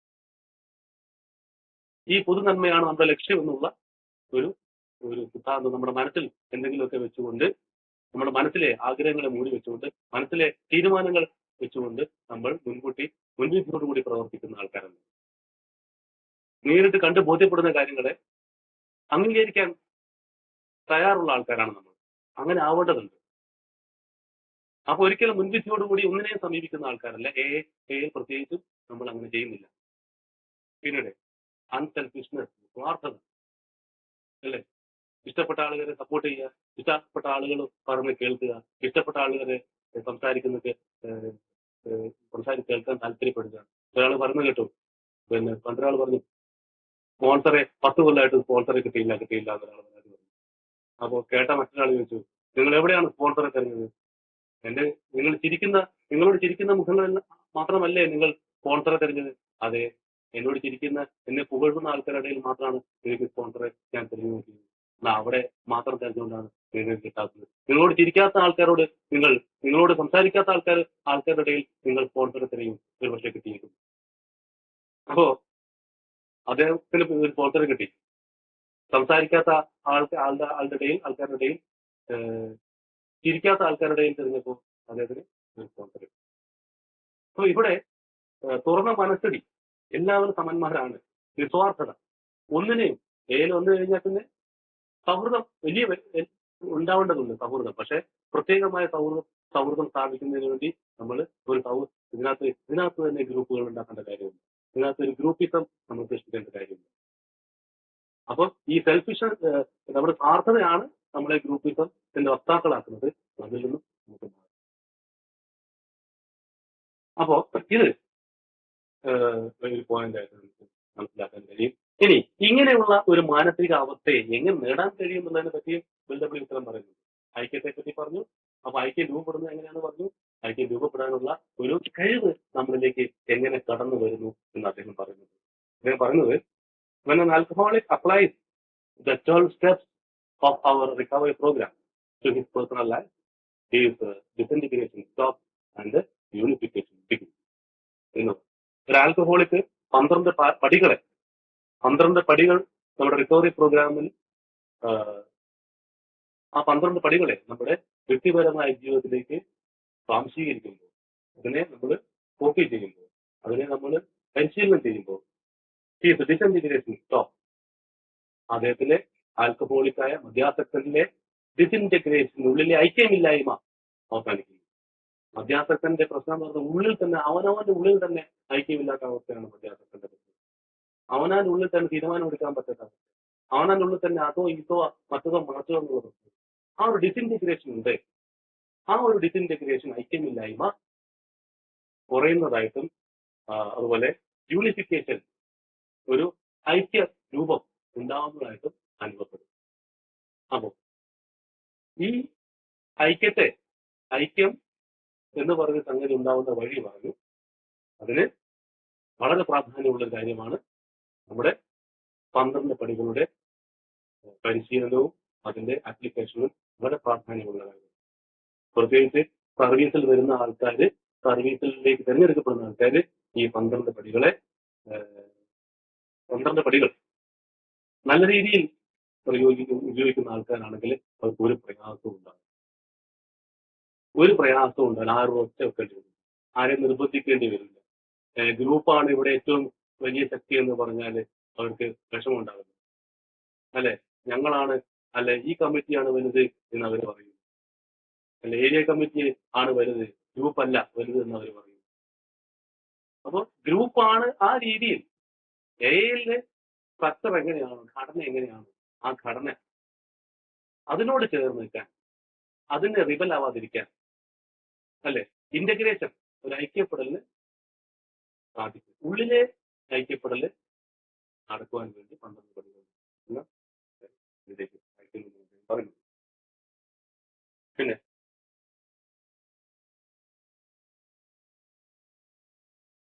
അപ്പൊ അത് ഇത്രയുമാണ് ഇതിന്റെ കാര്യങ്ങളെ പറ്റി പറയുന്നത്. പിന്നെ ഇതില് നമ്മുടെ സർവീസിൽ ഈ ഐക്യം ഉണ്ടായി വരുന്നതിന് നമ്മളുടെ ഈ 12 പാരമ്പര്യങ്ങൾ, ഇതിന്റെ ആദ്യത്തെ പാരമ്പര്യം ഐക്യത്തെ പറ്റിയാണ്. ഈ ഐക്യം ഉണ്ടാവുന്നത് ഉണ്ടാവുന്നതിന്റെ അല്ലെങ്കിൽ ഐക്യം എങ്ങനെയാണ് സൃഷ്ടിക്കപ്പെടുന്നത് എന്ന് ചോദിച്ചാൽ അതിന് ഉത്തരം ബാക്കിയുള്ള 11 പാരമ്പര്യങ്ങളുടെ അനുവർത്തനവും അതിന്റെ അതേ രൂപത്തിലുള്ള പ്രവൃത്തിയും വഴിയാണ് ആ ഐക്യം ഉണ്ടാവുന്നത്. അല്ല നമ്മുടെ ഏതൊരു കമ്മിറ്റിക്ക് നോട്ടീസും ബോർഡ് ഉണ്ടാക്കും, നോട്ടീസ് അടിക്കാൻ ബോർഡ് ഉണ്ടാക്കാൻ കമ്മിറ്റി ഉണ്ടാക്കും. അതുകൊണ്ട് ഏഴ് പിന്നെ ഏരിയ കമ്മിറ്റി ഉണ്ട്, ഡിസ്ട്രിക്ട് കമ്മിറ്റി ഉണ്ട്, പിന്നെ ഇന്ത്യ വക ഒരു പഞ്ചായത്ത് കമ്മിറ്റിയും കിടക്കണം. അങ്ങനെയാണോ? അല്ലെ? ഏത് കമ്മിറ്റി ഉണ്ടാകാൻ ഒന്നാമത്തെ പാരമ്പര്യം പറയുന്നുണ്ട്. താൽക്കാലിക കമ്മിറ്റിയാണ് അല്ലെ, അത് സ്ഥിരമായ കമ്മിറ്റികളല്ല. ഞാൻ ഉദാഹരണം പറഞ്ഞു, ഒരു പഞ്ചായത്ത് കമ്മിറ്റിയോ അല്ലെങ്കിൽ ഒരു സബ് ജില്ലാ കമ്മിറ്റിയോ ഒക്കെ കിടക്കണം. അങ്ങനെയുള്ള ഒരു രീതിയല്ല എയുടെ പൊതുനന്മ മൊത്തം എയെ ബാധിക്കാത്ത തരത്തിൽ നമുക്ക് ചേർന്നുകൊണ്ട് പോകുന്നുണ്ട്. അപ്പോ ബാക്കിയുള്ള എല്ലാ പാരമ്പര്യങ്ങളും എയുടെ ഐക്യത്തെ രൂപീകരിക്കുന്നു. രണ്ടാമത്തെ പാരമ്പര്യമായാലും രണ്ടാമത്തെ പാരമ്പര്യം നമ്മുടെ യഥാർത്ഥ നേതാവ് ആരാണെന്ന്, ഒരു നമ്മുടെ നേതാവ് ആരാണെന്ന് പറയുന്നതാണ് നമ്മുടെ മനസാക്ഷിയിൽ കൂടി പ്രതിഫലിക്കുന്ന സ്നേഹനിധിയ ദൈവമാണ് നമ്മുടെ നേതാവ് എന്ന് പറയുന്നത് എന്ന് അല്ലെ, നമ്മളെ നയിക്കുന്നത് എന്ന് പറയുന്നു. അങ്ങനെയാണെങ്കിൽ കൂടി നേതാക്കളുണ്ട്. ആ നേതാക്കൾക്കുണ്ടായിരിക്കുന്ന ക്വാളിറ്റി എന്താണെന്ന് NW അദ്ദേഹത്തിന്റെ ലേഖനത്തിൽ പറയുന്നുണ്ട്. ഭരിക്കുന്ന ഒരു ഭരണകർത്താക്കളല്ല നേതാക്കന്മാർ എന്ന് പറയുന്നത് അല്ലെ. പുതിയ ആശയങ്ങൾ കൊണ്ടുവന്ന് ഐക്യത്തോടുകൂടി എല്ലാവരുടെയും സ്വീകാര്യത്തോടുകൂടി കാര്യങ്ങളെ നടപ്പിലാക്കിയെടുക്കുന്നവരാണ് നേതാവ് അല്ലേ. അപ്പോ ഭരിക്കുന്നവരല്ല എന്ന് പറയുന്നത്, ഉത്തരവുകൾ നടപ്പാക്കുന്നവരല്ല നേതാവ്. നേതാവ് സേവകനാണെന്ന് പറയും. അപ്പോൾ രണ്ടാമത്തെ പാരമ്പര്യം നേതൃത്വത്തെ പറ്റി പറയുമ്പോൾ മൂന്നാമത്തെ പാരമ്പര്യം അംഗത്വത്തെ പറ്റിയാണ് പറയുന്നത്. മറ്റൊരു കാര്യം ഇതിൽ ബാധകമല്ല. ഒറ്റ കാര്യം, ഉപയോഗിക്കാതിരിക്കണമെന്നുള്ള അതിൽ നമസ്കാരം കിട്ടണമെന്നുള്ള ആഗ്രഹം മാത്രം മതി ചേരാൻ പറയുന്നത് ഒരു വ്യവസ്ഥ എന്ന് പറയുന്നത്. അപ്പോൾ നേതാവാര്, മെമ്പർഷിപ്പ് ഉണ്ട്. ഏഴാമത്തെ പാരമ്പര്യം വരുമ്പോൾ പണത്തെ എങ്ങനെ കൈകാര്യം ചെയ്യാം, പണത്തെ ദോഷം വരാതെ എങ്ങനെ കൈകാര്യം ചെയ്യാം എന്ന് നമ്മളെ ആ ഏഴാമത്തെ പാരമ്പര്യം അതനുസരിച്ചിട്ട് അത് അതേപോലെ നമുക്ക് കൊണ്ടു നടക്കേണ്ടതുണ്ട്. കാരണം അതിൽ വ്യക്തമായ കാര്യങ്ങൾ പറയുന്നുണ്ട്. പ്രൂഡന്റ് ഫണ്ടടക്കം എങ്ങനെ കൈകാര്യം ചെയ്യണമെന്ന് പറയുന്നത്. അത് എങ്ങനെ അതിനെ നമ്മൾ വയലേറ്റ് ചെയ്തുകൊണ്ട് ലക്ഷങ്ങളും ആയിരങ്ങളും പതിനായിരങ്ങളും ബാങ്ക് അക്കൗണ്ടിൽ ഇട്ടുകൊണ്ട് അല്ലെങ്കിൽ ആ ബാങ്ക് അക്കൗണ്ടിൽ എടുത്ത് ബ്ലീഡിന് കൊടുത്ത് ഏയുടെ പണം എടുത്ത് ഒരു മധ്യാസത്തിന്റെ പണം എടുത്ത് ബ്ലീഡിന് കൊടുക്കുന്ന ഒരു അവസ്ഥയും മുമ്പ് കേരളത്തിലുണ്ടായിരുന്നു. ഇതൊക്കെ മാറി മറിഞ്ഞ് നല്ല കാലത്തിലൂടെ ഇപ്പോൾ പോയിക്കൊണ്ടിരിക്കുന്ന കാര്യം. അതൊക്കെ നമുക്ക് അതിനെ പറ്റി ഒരുപാട് സ്ഥലങ്ങളിൽ അങ്ങനത്തെ പ്രശ്നങ്ങളുണ്ട്. അപ്പൊ പണം കുമിഞ്ഞുകൂടേണ്ട ഒരു സ്ഥലമല്ല, അത് വിനിയോഗിക്കപ്പെടേണ്ട ഒരു സ്ഥലമാണ്. അപ്പൊ സാമ്പത്തിക കാര്യങ്ങളെ പറ്റി നമ്മുടെ ട്രഡീഷൻസ് പറയുന്നു. അപ്പൊ അത്തരത്തിൽ നമ്മുടെ ഐക്യം, അതിലൂടെ നമ്മുടെ ഐക്യം സ്ഥാപിക്കാൻ കഴിയും. നമ്മുടെ പൊതുജന സമ്പർക്ക പരിപാടികളെ പറ്റി പറയുന്നു, നമ്മുടെ 12ാം പടി പ്രവർത്തനങ്ങളെ പറ്റി പറയുന്നു. അപ്പൊ നമ്മുടെ ഒരു പ്രവർത്തനത്തിന് വേണ്ട നമ്മുടെ നിലനിൽപ്പിനാധാരമായ സർവ്വ നിർദ്ദേശങ്ങളും അടങ്ങിയതാണ് നമ്മുടെ 2 മുതൽ 12 വരെയുള്ള പാരമ്പര്യങ്ങൾ. ഈ 2 മുതൽ 12 വരെയുള്ള പാരമ്പര്യങ്ങളാണ് ഒന്നാമത്തെ പാരമ്പര്യത്തെ താങ്ങി നിർത്തുന്നത്. ഒന്നാമത്തെ പാരമ്പര്യം ഒരു വലിയ മേൽക്കൂരയാണെങ്കിൽ ആ മേൽക്കൂരയെ താങ്ങി നിർത്തുന്നത് ബാക്കിയുള്ള 11 പാരമ്പര്യങ്ങളാണ് എന്ന് മനസ്സിലാക്കുന്നത്. അപ്പോ ഒന്നാമത്തെ പാരമ്പര്യത്തിൽ ഐക്യം എങ്ങനെ വരുന്നു എന്ന് ചോദിച്ചാൽ നേരത്തെ പറഞ്ഞു, നമ്മൾ ശ്രദ്ധിക്കേണ്ടതുണ്ട്. നമ്മൾ വിജിലന്റ് ആയിരിക്കണം. ഓട്ടോമാറ്റിക് ആയിട്ട് ഐക്യം ഉണ്ടാവില്ല. അപ്പോ അതിന് ഒന്നാമത്തെ ഒരു പോയിന്റ് പറയുന്നു, നമ്മൾ വ്യക്തിപരമായ നമ്മുടെ റിക്കവറി അതിന്റെ പ്രാധാന്യമുള്ള കാര്യമാണ്. അടുത്ത കാര്യം പറയുന്നു, 2 മുതൽ 12 വരെയുള്ള പാരമ്പര്യങ്ങളുടെ അനുവർത്തനം, അവയുടെ പ്രയോഗം, അവരുടെ ആപ്ലിക്കേഷൻ, ഇത് നമ്മുടെ ഐക്യത്തെ നിലനിർത്താനും പ്രിസർവ് ചെയ്യാനും നമ്മളെ സഹായിക്കുന്നുണ്ട് എന്ന്. പിന്നെ അതുപോലെ നമ്മുടെ സങ്കല്പങ്ങൾ, 12 സങ്കല്പങ്ങൾ, കൺസെപ്റ്റ്, ഇത് വളരെ അപൂർവമായിട്ടാണ് നമ്മുടെ സർവീസിൽ ഇത് നമ്മൾ ഇപ്പോഴും പ്രയോഗിച്ചുകൊണ്ടിരിക്കുന്നത്, നമ്മൾ ഉപയോഗിക്കുന്നത്. പക്ഷെ അതിനെ അങ്ങനെ എഴുതി തള്ളേണ്ട, മറന്നു പോകേണ്ട ഒരു ഏടല്ല. യഥാർത്ഥത്തിൽ അത് നമ്മുടെ സർവീസിലെ പൊൻമുത്തുകളാണ് എന്ന് വേണമെങ്കിൽ പറയാം. അതിലെ അങ്ങനെ സങ്കല്പങ്ങളിലെ 3 മുത്തുകൾ: right of decision, right of participation, അല്ലെ? പിന്നെ കൺസെപ്റ്റ് 5-ലെ റൈറ്റ് ഓഫ് അപ്പീൽ. ഇതൊക്കെ നമുക്ക് ഉപയോഗിക്കാൻ കഴിയണം. റൈറ്റ് ഓഫ് ഡിസിഷൻ എന്നറിയാം, ഓരോ വിശ്വാസത്തേവനും ഏത് സർവീസ് ലെവലിലാണെങ്കിലും ശരിയായ തീരുമാനമെടുക്കാനുള്ള അവകാശം, അല്ലെ? റൈറ്റ് ഓഫ് പാർട്ടിസിപ്പേഷൻ, ഏത് ഘട്ടത്തിൽ പോലും ഒരു അംഗം മറ്റൊരു അംഗത്തിന് പിന്നല്ല, തുല്യമായ പങ്കാളിത്തം ഉണ്ട്, അല്ലെ? തുല്യമായ പങ്കാളിത്തത്തിന് അവരുടെ വാല്യൂ ഉണ്ട്. അതാണ് right of participation. Right of appeal, ന്യൂനപക്ഷങ്ങൾ പറയുന്നത് ചിലപ്പോൾ ശരിയായിരിക്കും. ഇവിടെ ഒരു കേവല ഭൂരിപക്ഷം പറയുന്നത് ചിലപ്പോൾ ഒരു വൻ ഭൂരിപക്ഷം പറയുന്നത് ശരിയാവണമെന്നില്ല. ഒരു ന്യൂനപക്ഷം പറയുന്നത് ശരിയായിരിക്കും. ഏത് മാത്രം കാണുന്ന പ്രത്യേകതയാണ് റൈറ്റ് ഓഫ് അപ്പീൽ. ന്യൂനപക്ഷത്തെ നമ്മൾ ശ്രദ്ധിക്കും. ഒരു ഉദാഹരണം പറയുകയാണെങ്കിൽ, ഒരു ഇന്റർഗ്രൂപ്പിൽ ഒരു തീരുമാനം വരുന്നു, ഒരു 5000 രൂപ ബാക്കി വന്നു, എന്ത് ചെയ്യണം ഇതിനെപ്പറ്റി ഒരു തീരുമാനം വന്ന് തീരുമാനത്തെ പറ്റി ചർച്ച ചെയ്യുമ്പോൾ അതിൽ പാതി പേര്, അല്ലെങ്കിൽ 7 പേര്, 10 പേരുണ്ടെങ്കിൽ ഒരു 7 പേര് ആ പണം എന്ത് ചെയ്യണമെന്നെ പറ്റി തീരുമാനം എടുക്കുന്നു, ബാക്കി 3 പേര് അതിനോട് വിയോജിക്കുന്നു. അപ്പോ 10-ൽ 7 വോട്ട് കിട്ടി, 3 പേര് ഉണ്ടാതിരുന്നു എന്ന് പറഞ്ഞ ധിക്കാരവും ധാർഷ്ട്യവും പറഞ്ഞ ഒരു പ്രഖ്യാപനം നമ്മൾ അവിടെ നടത്തുന്നില്ല. ഉദാഹരണം മാത്രമാണ്. അപ്പോ നമ്മൾ ചെയ്യുന്നത്, ആ 3 പേർക്ക് എന്ത് പറയാനുണ്ട്, നിങ്ങൾ എന്ത് പറയുന്നു, നിങ്ങൾ എന്തുകൊണ്ട് ഈ തീരുമാനത്തിൽ യോജിക്കുന്നില്ല? ഒരു ഏരിയ കമ്മിറ്റി പുതിയതുണ്ടാവുന്നു. ആ ഏരിയ കമ്മിറ്റിയിൽ ഒരു 1-2 ഗ്രൂപ്പുകൾ, അല്ലെങ്കിൽ 1-2 ഇന്ത്യൻ ഗ്രൂപ്പുകൾ, അല്ലെങ്കിൽ 1-2 ഡിസ്ട്രിക്ട് കമ്മിറ്റികൾ പുതുതായിട്ടുണ്ടാകുന്ന ഏരിയ കമ്മിറ്റിയിൽ ചേരാൻ സന്നദ്ധരാവുന്നില്ല. എന്തുകൊണ്ട്? ഭൂരിപക്ഷം ആൾക്കാർ സന്നദ്ധരായി, അതുകൊണ്ട് നിങ്ങൾ സന്നദ്ധരാവണം എന്ന് നമുക്ക് കടുംപിടുത്തം പിടിക്കാൻ പറ്റില്ല. അവരെന്ത് പറയുന്നു എന്ന് കേൾക്കാൻ നമ്മൾ തയ്യാറാവുന്നു. ആ ന്യൂനപക്ഷം പറയുന്നത് ചിലപ്പോൾ ശരിയായിരിക്കും, ആ ന്യൂനപക്ഷം പറയുന്നത് നമ്മൾ കേൾക്കാൻ തയ്യാറാവുന്നു. അതിൽ ശരിയായിട്ടുള്ള കാര്യമുണ്ടെങ്കിൽ നമ്മളത് അംഗീകരിക്കാൻ തയ്യാറാവുന്നു. അങ്ങനെയുള്ള ന്യൂനപക്ഷങ്ങളുടെ അഭിപ്രായങ്ങളും അവരുടെ ആക്ഷേപങ്ങളും ഒക്കെ ഒരുപക്ഷെ ഭൂരിപക്ഷത്തിനെ തന്നെ മാറ്റിമറിക്കാൻ സാധ്യതയുണ്ട്. അപ്പൊ റൈറ്റ് ഓഫ് അപ്പീൽ, ന്യൂനപക്ഷങ്ങളെ നമ്മൾ തള്ളുന്നില്ല, അവരെ നമ്മൾ പരിഗണിക്കുന്നുണ്ട്. അപ്പൊ ഇതൊക്കെ നമ്മുടെ മുന്നിലേക്ക് നീട്ടിവെച്ചിരിക്കുന്നത് നമ്മുടെ ഐക്യം സ്ഥാപിക്കാനുള്ള ഒരു ബാധ്യതകളായിട്ട്. അപ്പൊ നമ്മുടെ താൽക്കാലികമായ സൗകര്യപ്രദമായ മെത്തേഡിന് വേണ്ടി കൊണ്ടുപോകുന്നതല്ല നമ്മുടെ രീതി. പലപ്പോഴും അങ്ങനെ കണ്ടുവരുന്നുണ്ടെങ്കിൽ പോലും ഇതൊന്നും മൈൻഡ് ചെയ്യാതെ, ഇതൊന്നും ശ്രദ്ധിക്കാതെ മുന്നോട്ട് പോകുന്നതല്ല. ഇതൊക്കെ നമുക്ക് നമ്മുടെ ഐക്യം നിലനിർത്താൻ വേണ്ടി ഉപയോഗിക്കപ്പെടുന്നത് നമ്മൾ ചെയ്യേണ്ട കാര്യങ്ങളാണ്. നമ്മൾ എല്ലാവരും ചെയ്യുന്ന പരിപാടി എന്ന് പറഞ്ഞാൽ, ഏതെങ്കിലും പഴമക്കാരൻ പറഞ്ഞ കാര്യം കേട്ട് നമ്മൾ തയ്യാറാകും. പഴമക്കാരൻ പറയുന്നു ഇന്ന തീരുമാനത്തിന് എല്ലാവരും അംഗീകരിക്കണം. ഇന്ന തീരുമാനത്തെ അംഗീകരിക്കാൻ പറയുമ്പോൾ അതിൽ 20 ആളുണ്ടെങ്കിൽ 15 ആൾ അംഗീകരിക്കും, 5 ആൾ അംഗീകരിക്കില്ല. അപ്പൊ എന്ത് ചെയ്യും? ആ 5 ആളെ പിന്നെ എന്തെങ്കിലുമൊക്കെ ചെയ്ത് ഇറക്കി കുട്ടികളൊക്കെ വിടും, അവരെല്ലാം പോട്ടെ. ഇങ്ങനെ പറഞ്ഞാൽ അതും ചെയ്യും. അതും ഞാൻ കണ്ടിട്ടുണ്ട്. അല്ലാതെ 5 പേര് എന്ത് പറഞ്ഞു, അവരെന്തുകൊണ്ട് വിയോജിക്കുന്നു എന്ന് കേൾക്കാൻ തയ്യാറായാൽ മാത്രമേ ഐക്യം നിലനിൽക്കുന്നുള്ളൂ. അവരുടെ മനസ്സിൽ എന്ത്, അത് നമ്മൾ കേൾക്കാൻ തയ്യാറാകുമ്പോൾ തന്നെ പകുതി ഐക്യം അവിടെ പ്രിസർവ് ചെയ്യപ്പെടും. പകരം അവരെ കുത്തിയിളക്കി അവര് നമ്മുടെ കൂടെ അല്ല, അവരുടെ തീരുമാനം നമ്മുടെ കൂടെ അല്ല, അവർ നമ്മളെ ചീത്താന്മാരാണ് എന്ന് പറഞ്ഞ് അവരെ തള്ളി ഇറക്കി വിടാനാണ് ശ്രമമെങ്കിൽ ആ കമ്മിറ്റിയുടെ ഐക്യം അവിടെ തീരും. ആ കമ്മിറ്റിയിൽ അപ്പൊ തന്നെ ഒരു റിബൽ കമ്മിറ്റി ഉണ്ടാവും എന്ന് കാര്യത്തിൽ തർക്കമില്ല. കാരണം ആൽക്കഹോളിക് ആയ മനുഷ്യനാണ് ഇതിലാണ്. ഈ ഒരു രീതി കൊണ്ടല്ലേ നമ്മുടെ നാട്ടിൽ ഇത്രയേറെ ഇന്ത്യൻ ഗ്രൂപ്പുകളും ഇത്രയേറെ എസ് ടി കമ്മിറ്റികളും ഉണ്ടാവുന്നതെന്ന് ചിന്തിച്ചു നോക്കും. അപ്പോ റൈറ്റ് ഓഫ് അപ്പീൽ വലിയൊരു കാര്യമാണത്. നമ്മൾ വളരെ ചുരുക്കം മാത്രമേ അത് ഉപയോഗിക്കുന്നുള്ളൂ. പിന്നെ മുന്നോട്ട് പോകുമ്പോൾ അനാമധേയത്വം എന്ന് പറയുന്ന ആശയം നമ്മളെ ഐക്യത്തെ ഒരുപാട് പ്രിസർവ് ചെയ്യുന്ന കാര്യമാണ്. എയുടെ പേരിൽ അറിയപ്പെടാൻ ആരും താല്പര്യക്കുന്നില്ല, അല്ലെ? വ്യക്തിപരമായ നന്മയ്ക്ക് വേണ്ടി, നേട്ടത്തിന് വേണ്ടി എയുടെ പേര് ആരും ഉപയോഗിക്കുന്നില്ല. അതിന് ഞാൻ മാറി നിൽക്കും.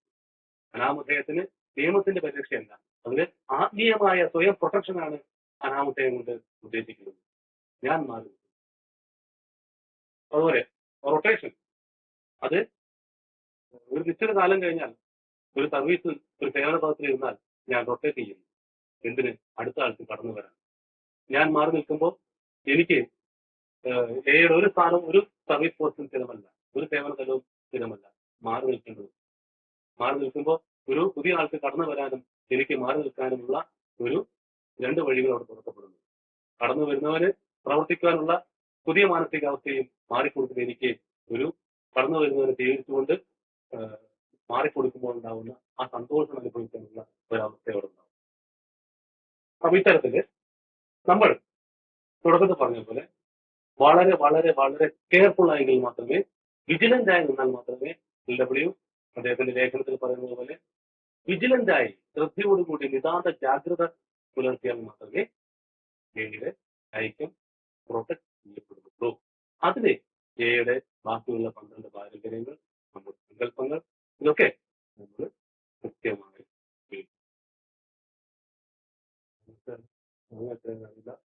ബാക്കിയുള്ള ഐ എം വെരി സോറി, സമയം കുറയാൻ എടുത്തു. ഇവിടെ എത്താം. ചെക്ക് ലിസ്റ്റ് ഉണ്ട്.